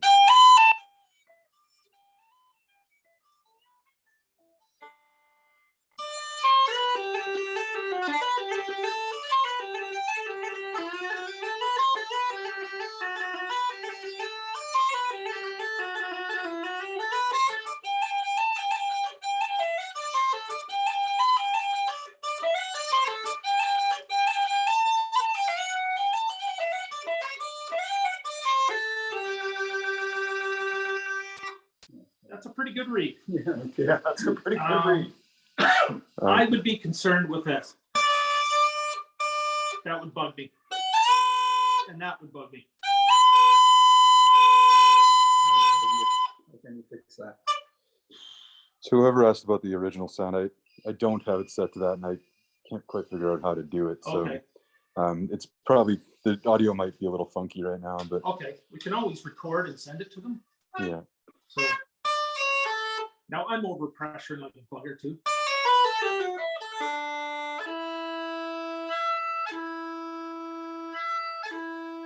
Another thing missing there, the hard E, but Jordan has a rush in there. Sometimes that will make it act up. And we put a bit of tape on the end. And this tape on the end, I accidentally discovered it trying to get the D to be less sharp, the hard D. And what I found mostly on flat chanters is what it did is align the bottom note, right? So you would get a bottom D and a soft D, or sorry, a soft D and a hard D that were perfectly in pitch. And made it much easier to get, right? Right. Because some of them you hear you get auto craning and all that. Yeah.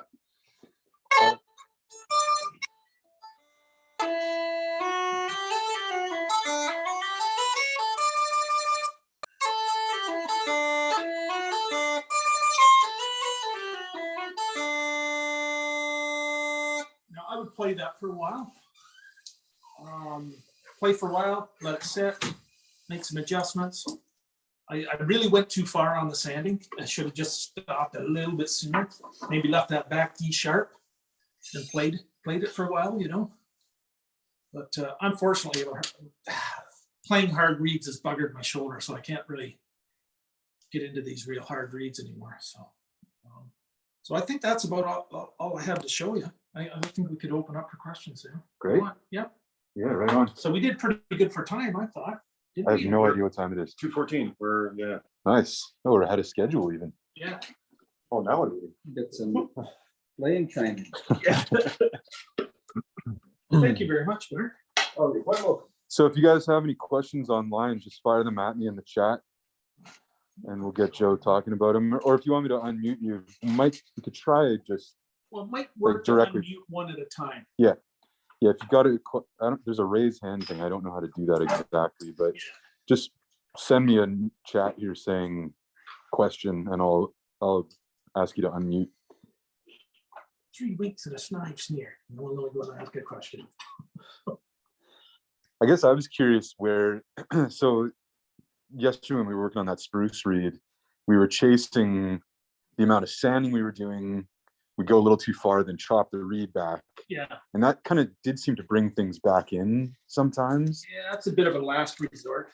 You really want to try and stick to your dimensions as closely as possible. So do you have a final length you're shooting for, like overall length? Yeah, that's 3 and 5/32. So you're not making them long and chopping them back? No, I don't see the point in that. That's just wasting time, right? With Northumbrian reeds, you can clean the sound of it better if you just take a sliver off the tip. Yeah. But like you say, it's risky. Yeah, what I do, It's like the last resort. what I will do is I take a bit of very fine sandpaper and I'll pinch the lips. And here, I'll just do an example, right? So.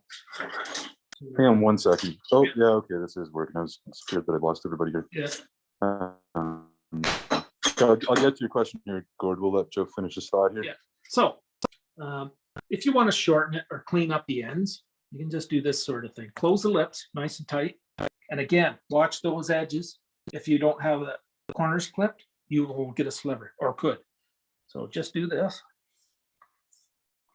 Right. And every time you do that, you're going to get the burr on the inside, and that will dull the reed quite significantly. First thing with my new lips. So you would take here and see how I folded a little corner. Yep. So I would go for this sooner than clipping the ends, because you're doing two things. You're thickening the lips a wee tiny bit. So you're in between the lips. Yeah, there. yeah, that's just to clean it up the fuzz, right? 'Cause, even doing that sometime with the dirty reed will bring it back, you know? Yeah, right. So that sounds like it's a lively, great read, but it's just doesn't cut the mustard. Gord, can you resend your question there? I can just click on it. Steve has a question. We'll get to Gord here first, maybe. Oh, here we go. Found the chat. I got it, Gord. Gord asks, what is Joe's recipe for the wax he is using on the hemp? Oh, okay. From what I can remember, it was a third cobbler's wax, a third beeswax, and a third of some kind of pine pitch. I just went out in my backyard and got all sticky and got enough to make the recipe, right? And a tin full will last you forever, right? A tin full of this mixture. So you heat it up and mix it. Yeah, it's pretty flammable, so But right now, careful. right.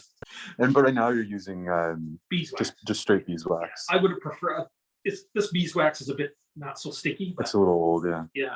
So you want sticky stuff. All right, I think somebody else had a question here. Steve Pribble has a question. Did you want to type it out or do you want me to unmute you there, Steve? Unmute me. He's unmuted himself. Okay. He has the power. Yeah, hey guys. I've made a number of reads, but not in a while.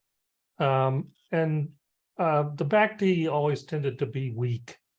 Is that a general indication of something that you can steer me towards or away from? I'll try using more your dimensions, you know, from your worksheet, but almost you know, every time I could count on the back D being weak. Now, how weak is it? Is it like dropping, say, at second octave pressure?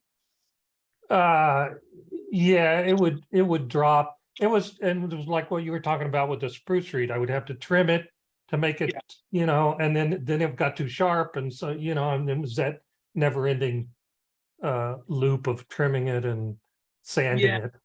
What I would suggest is you leave the lips a little thicker and maybe try sanding at the base to get more tone out of it. Like Okay. To start with, Steve, I would make the reed as hard as you can stand for playing, and then play it in, and do this as a gradual thing. Because what the mistake people make, and I used to make, is you want it to play right away. Well, that's wanting to have your cake and eat it too. You got to take your time, right? And being a person that's doing it at home, you have lots of time to adjust it to your style of playing, right? Right. Okay. So just start off with thicker lips. Yeah, and just work away a little bit at a time, right? And you know, if you go too far, you go too far. Just make another reed, right? And you with enough time at it, you'll get where you want to be, right? Yeah, that's about. And pay mind to how soft the cane is too. Are you using California cane out there? Yeah, some stuff I got from Joseph Sampson, but Yeah, I think he's kind of stopped supplying it. So yeah, That's same problem. It's hard to get soft, you know, soft enough cane. Yeah, that's too bad because his cane was nice. He had some nice stuff. Yeah, so you don't want crumbly cane, and you don't want stuff that's super soft. You kind of want something in the middle, right? So the stuff that I really like, it tends to be almost tea with milk kind of color you get. So, and that's Spanish cane. I would mostly use Spanish, but somebody's trying to send me some Chinese cane. Apparently it's supposed to be pretty good. So we'll see, right? So. All right, thanks. Yeah, no problem. Thanks, Steve. Thanks for attending.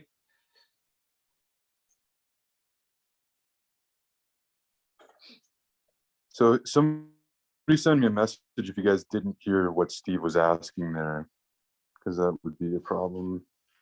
You're not hearing the actual question, but you're hearing the answer. Just send me a chat if you did not hear what Steve was saying. And you're not Steve. I assume Steve heard what Steve was saying. Okay, manufacturers are talking about.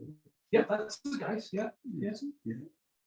It's in Spain as well, Yeah. France too. Yeah, the French stuff's apparently really fucking hard. Was it? Yeah, I wouldn't even go near that. What's the difference?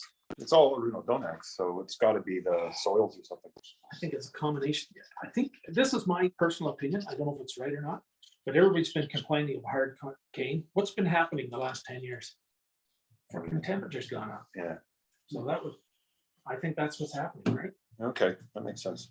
You know, so, and the way the environment's working is different. So, Yeah, darn that nutty wood environment in its Yeah. willful ways. yeah, Have you ever tried using one of these?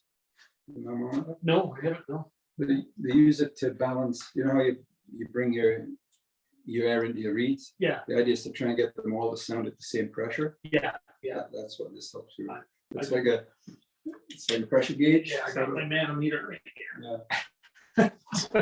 Yeah. I find it helps sometimes. Yeah, it does help.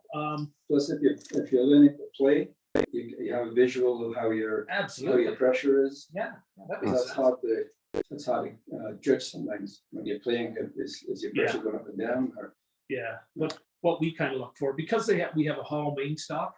Jordan and I were talking about this yesterday.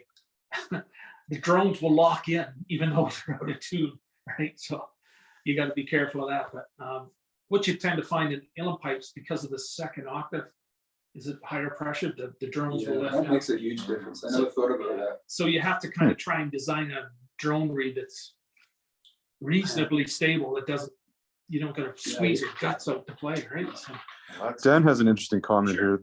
He says, I've seen a dental elastic used to adjust playing pressure a bit too. Helps with newer hard reeds. I'm not 100% sure what he means. You want to come up? Do you guys get that? yeah, it's for braces, those little rubber Yeah, ones. but where do you put it? You put it around the reed, I would assume, put it around the reed head. You want to hop on and tell us what you mean there, Dan? Yeah, it actually is about halfway between the lips and the bridle, right in the middle of the reed. And it just closes it down a bit so you don't have to sand it to get it easier. And while you're breaking it in, you can use that to kind of just take the pressure down a bit. And once you blow it in, you take the elastic off and you're ready to go. Yeah, that's a great idea, actually. Yeah, I thought of that. Yeah, that's brilliant.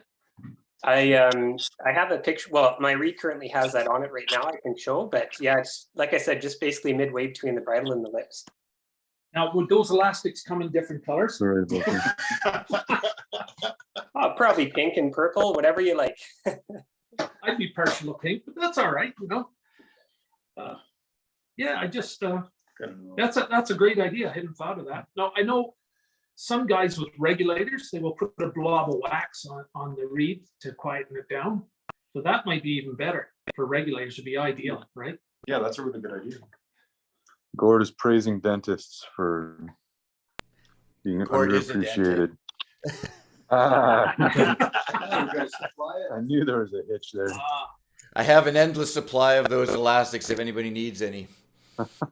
Okay, we'll be in touch for sure. Well, if Yeah. you have any used, They come in a number of different sizes, and what they term as weights. Like they have a 1/4 ounce pull, they have 1/8 ounce pull. So depending on how much tension you want over the reeds, I'll use them on Highland pipe reeds as well. Actually, if you got a really strong Highland pipe reed, man, that'll work really well. So yeah, you just have to play around with them a bit. Nice. That's a good really tip. good tip. Thanks very much. Very much appreciated.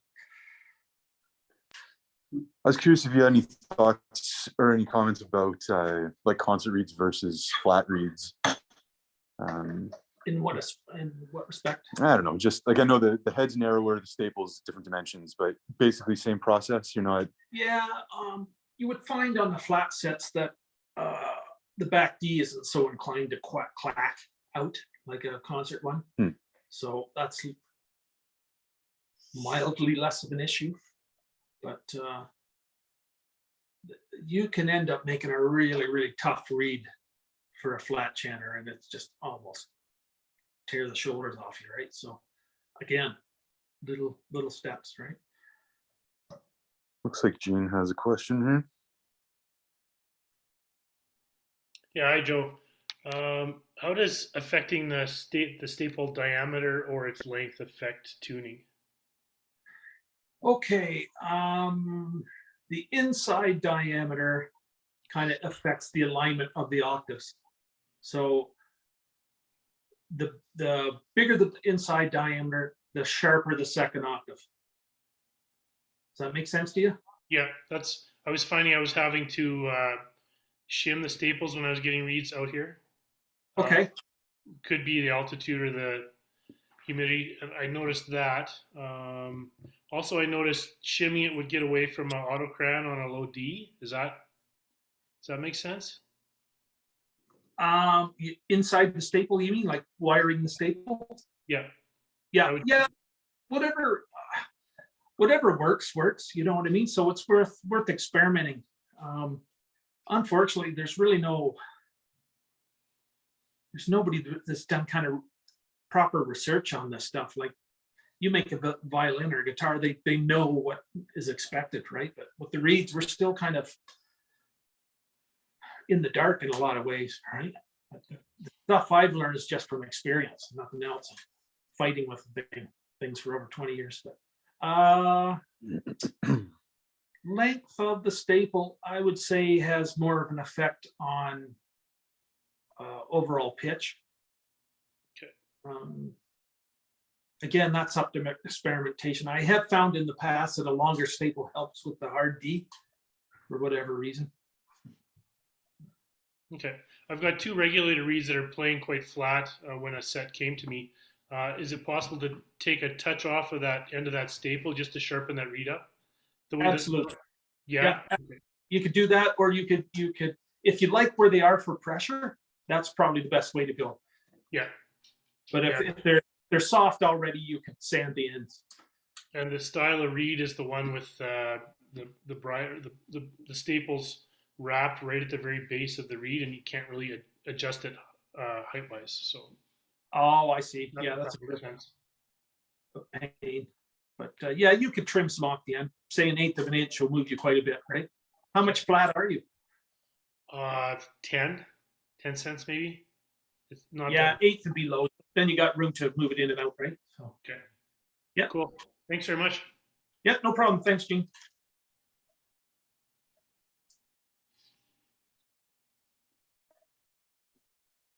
What do you guys think? You have any questions? Just watching was enough for me to be like, my brain's full on that, because the only time I tried, I just destroyed a bunch of cane. Yeah. I didn't have the right tools, and I was just trying to figure out how can I hack something. That's great. You can get one to go right away. It's in an hour. You got something that's working. Yeah, generally I could make 3 in a day, and I give one that I'm really happy with, and the other 2 are so-so. I would call that a so-so reed. There's more I would be looking for out of it, you know. So is it the loudness that you had over that? Is that normal? Yeah. Out of a new reed, they're pretty barky. Yeah. Well, they settle down after a while.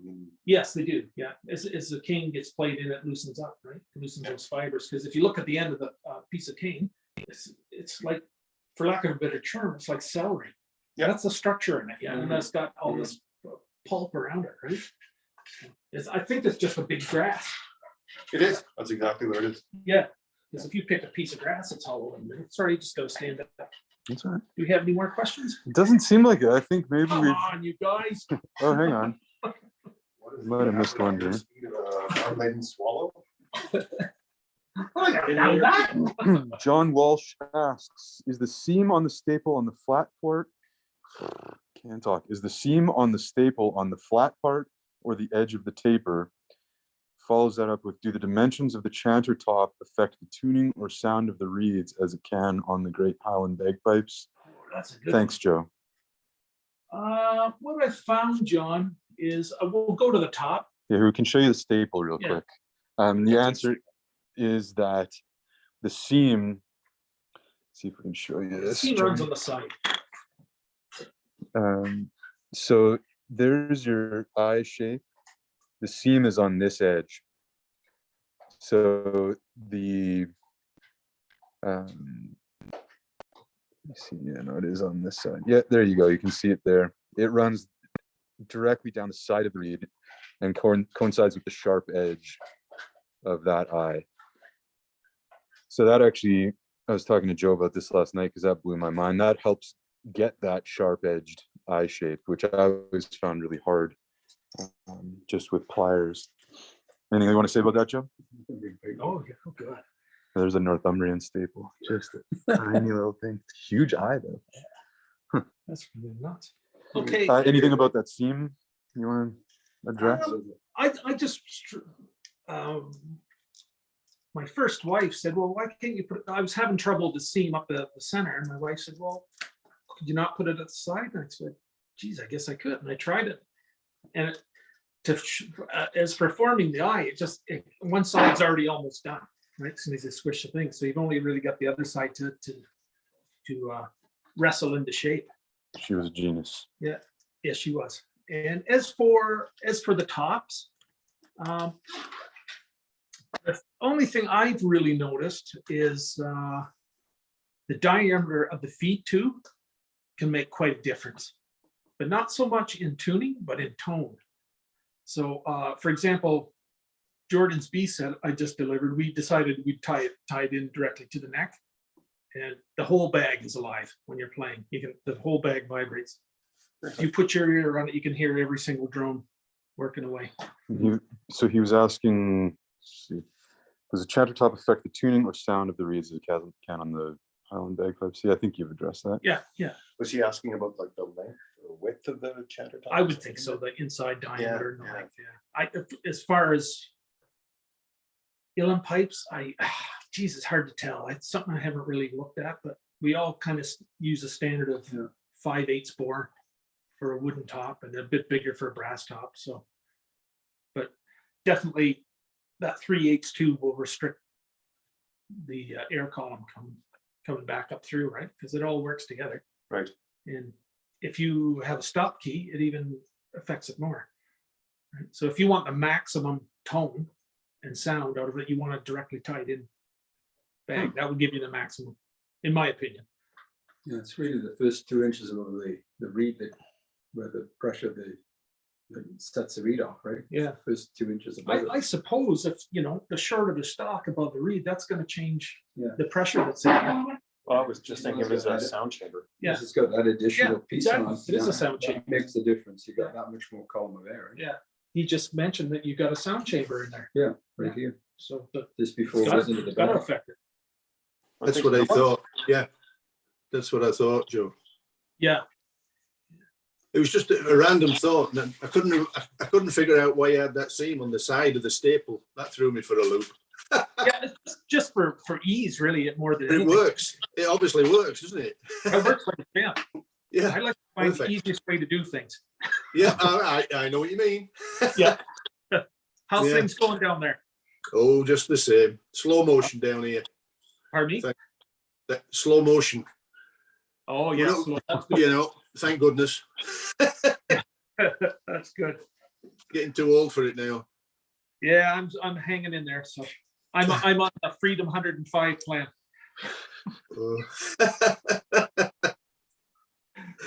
That's great, Joe. Good of you to put your day in and help us out.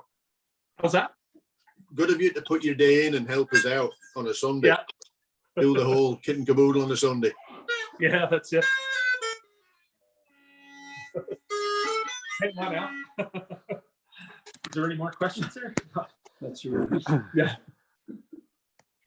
The one that I wanted to ask, if there's people there, I'll wait. Nope, nobody else here is piping up. I've never really understood what this end of this does for tuning. Like, does this shape change tuning or tone at all, or is it more just to help the reeds sit? I can't answer that because I don't know. Yeah, well, okay. Somebody will have an idea. No problem, Dan. You were talking about that sound chamber right here, right? Yeah. Just between here and Yeah, here. yeah. Some people claim that it adjusts the back D, Okay. like it'll make it sharper or flatter, right? The shape of the eye. The opening of the eye, All right. and I'm sure it must have some effect on the octave as well. Well, the squish is going to affect the air volume inside the staple, right? Absolutely, yeah, because it's got. I would suggest that the air velocity would speed up if it's smaller. Yeah, that's what You I was know, thinking. like a Venturi effect, basically. You might get more backwash. Yeah. Well, I think it doesn't hold back the pressure. You've got a certain pressure in the bag coming, and it goes through the tip of the reed, and then it's in here, and then squished out of this smaller hole here. Yeah. So I guess your sound is going to be right in here. Well, what you're actually doing, I've kind of come to the conclusion that the reed is actually the instrument and the chanter is the amplifier. That's how I You know, you Think change of the it in my color mind. there by opening the Yeah. holes, right? So I should start calling myself a reed player. yeah, that's right. Yeah. But it's that constant pressure it's under, right? Okay, well, we still got 10 people on here, but if nobody's got any questions, I think maybe we did it. Hey, Any Joe. fi- Oh, we got somebody Sorry, here. it's Daryl. I've got some of this 105-year-old piano keys that I got from Vancouver. Any way I could use this, but it's quite hard. It's really hard, actually. Yeah, I would think it'd be quite brittle, Daryl. I think he's showing you a piece of spruce. Okay. Yeah, Is the sound back? Oh, Or? yeah, there we go. Look, yeah, it's kind of. sorry, I didn't know how to show you guys. Oh, okay. These are old piano keys from a piano from 1905. The grain Yeah, seems that- to be. That's sugar pine. It would be great for drone reeds. Mhm. But I would suggest that it wouldn't be very good for chanter reeds. You could try it. There doesn't seem to be a magic bullet for spruce reeds that anybody's come across. Every piece of spruce is so different that it really comes down to the individual piece. Yeah, I've heard in some cases that people out here use the Sitka. Well, the guys in Southern California, some of them were using Sitka spruce, which came from some. They just topped the trees off, and I don't know why, but they use some of that, but I don't know if they've had much success with it. Yeah, we had marginal success, I would say, Daryl, with what we had yesterday. And what was that piece? Do you think was German or Swiss? That would have been an old piece of Swiss spruce. Yeah. Yeah, and it wasn't hard enough. Okay. So I think the piping and reed making community should keep on with trying to make alternative reeds, you know, out of something. I recently made one out of poplar, and it kind of worked. What about fruit? I think they're too hard. I didn't know that. But had heard somebody had some people had tried stabilizing some maybe spruce or maybe Donax just by leaving it in neat's foot oil. Just impregnating it Yeah, fully impregnating with it. oil. I would think that would give you a pretty dull reed. Okay. That's just my guess. You know, you're in a dry air system. Yeah, You know, you want to keep moisture off the reeds. yeah. Well, the oil wouldn't hurt it, but I just think it would dull it down, right? It was just earlier when we were talking about woods, I kind of thought, well, I've been told that one of the ways people used to stabilize woods was to just sink the whole log in a stream with the root end upstream, and it would pull the oil out because it's the oil that makes the wood warp, not the water that makes the wood warp, because you can dry. That's why kiln dried wood will still work, because it's got no water in it, but the oils are what's still making it move. Oh, that's Right. interesting. So I just thought, well, wonder what would happen if you kind of tried that with cane. Yeah, I seem to remember Andreas Roga was stabilizing his reeds at some point, but I don't know. Somebody else was using some kind of clear deck finish.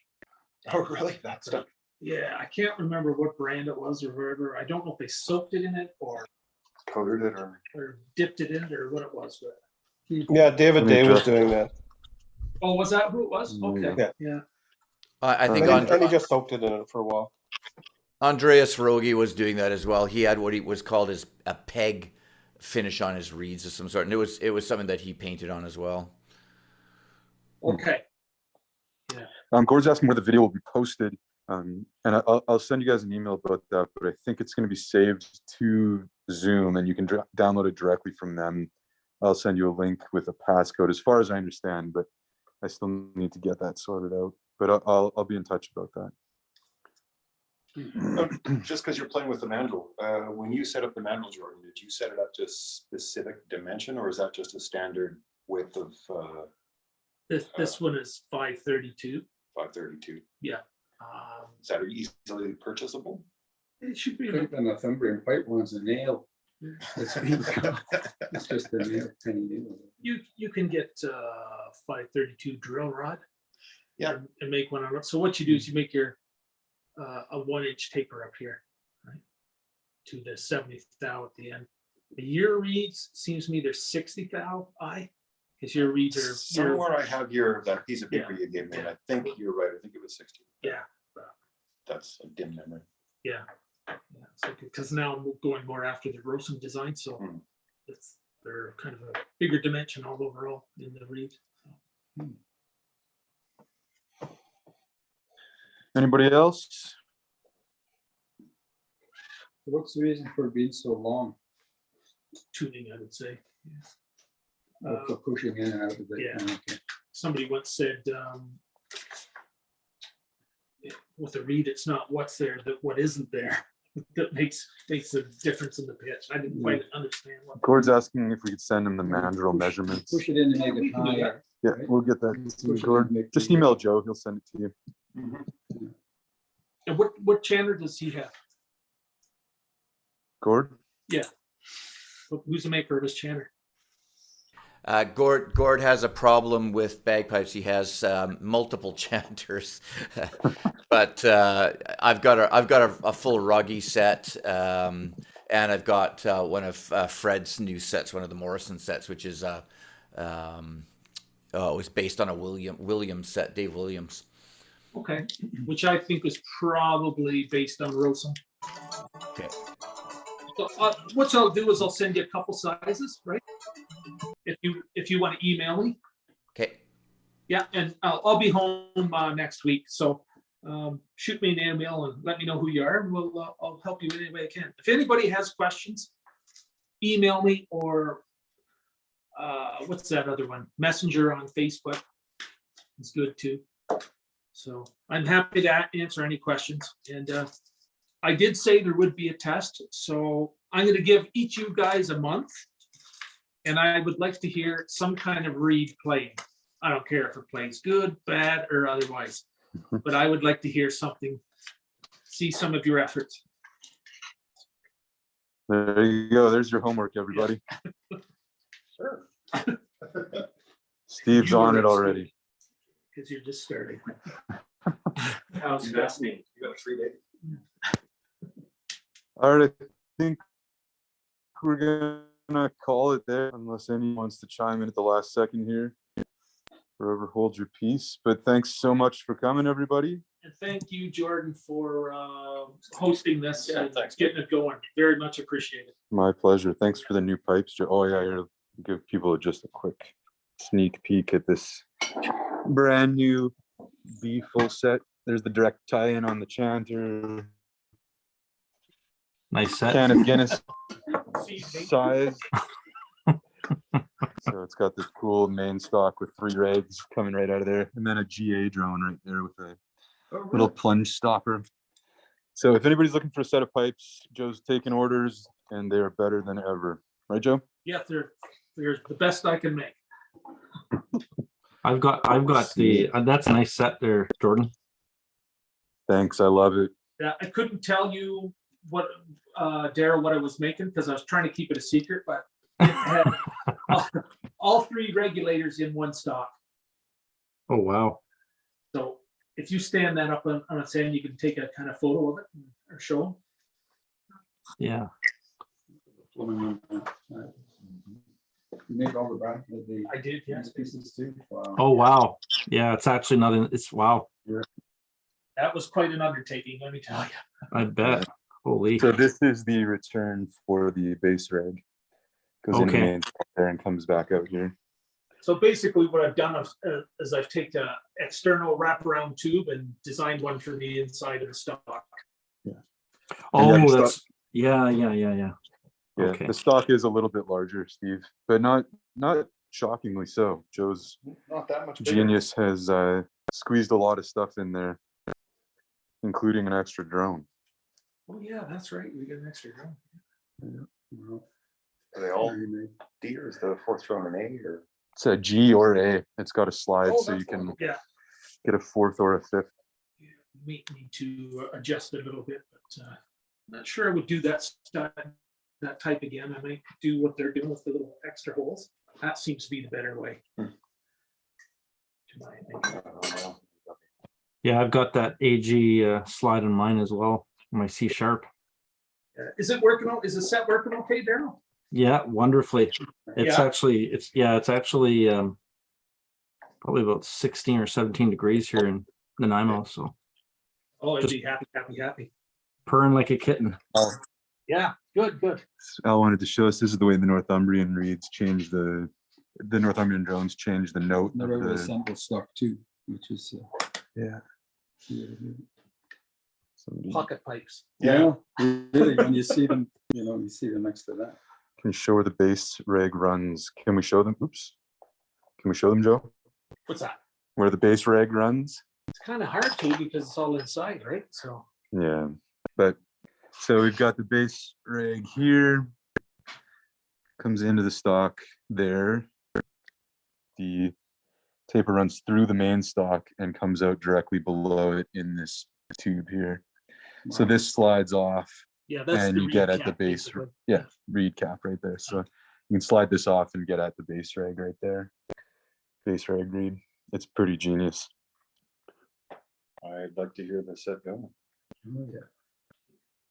Yeah, the Yes. alien come to me sleeping one night and gave me the design.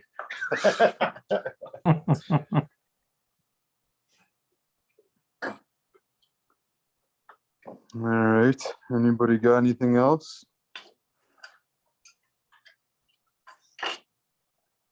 Well, Oh, thanks very much, Joe and Jordan, for organizing. That was great for me to be able to attend with video. Someday I'd like to make a visit out, but yeah, Is that you, Gene?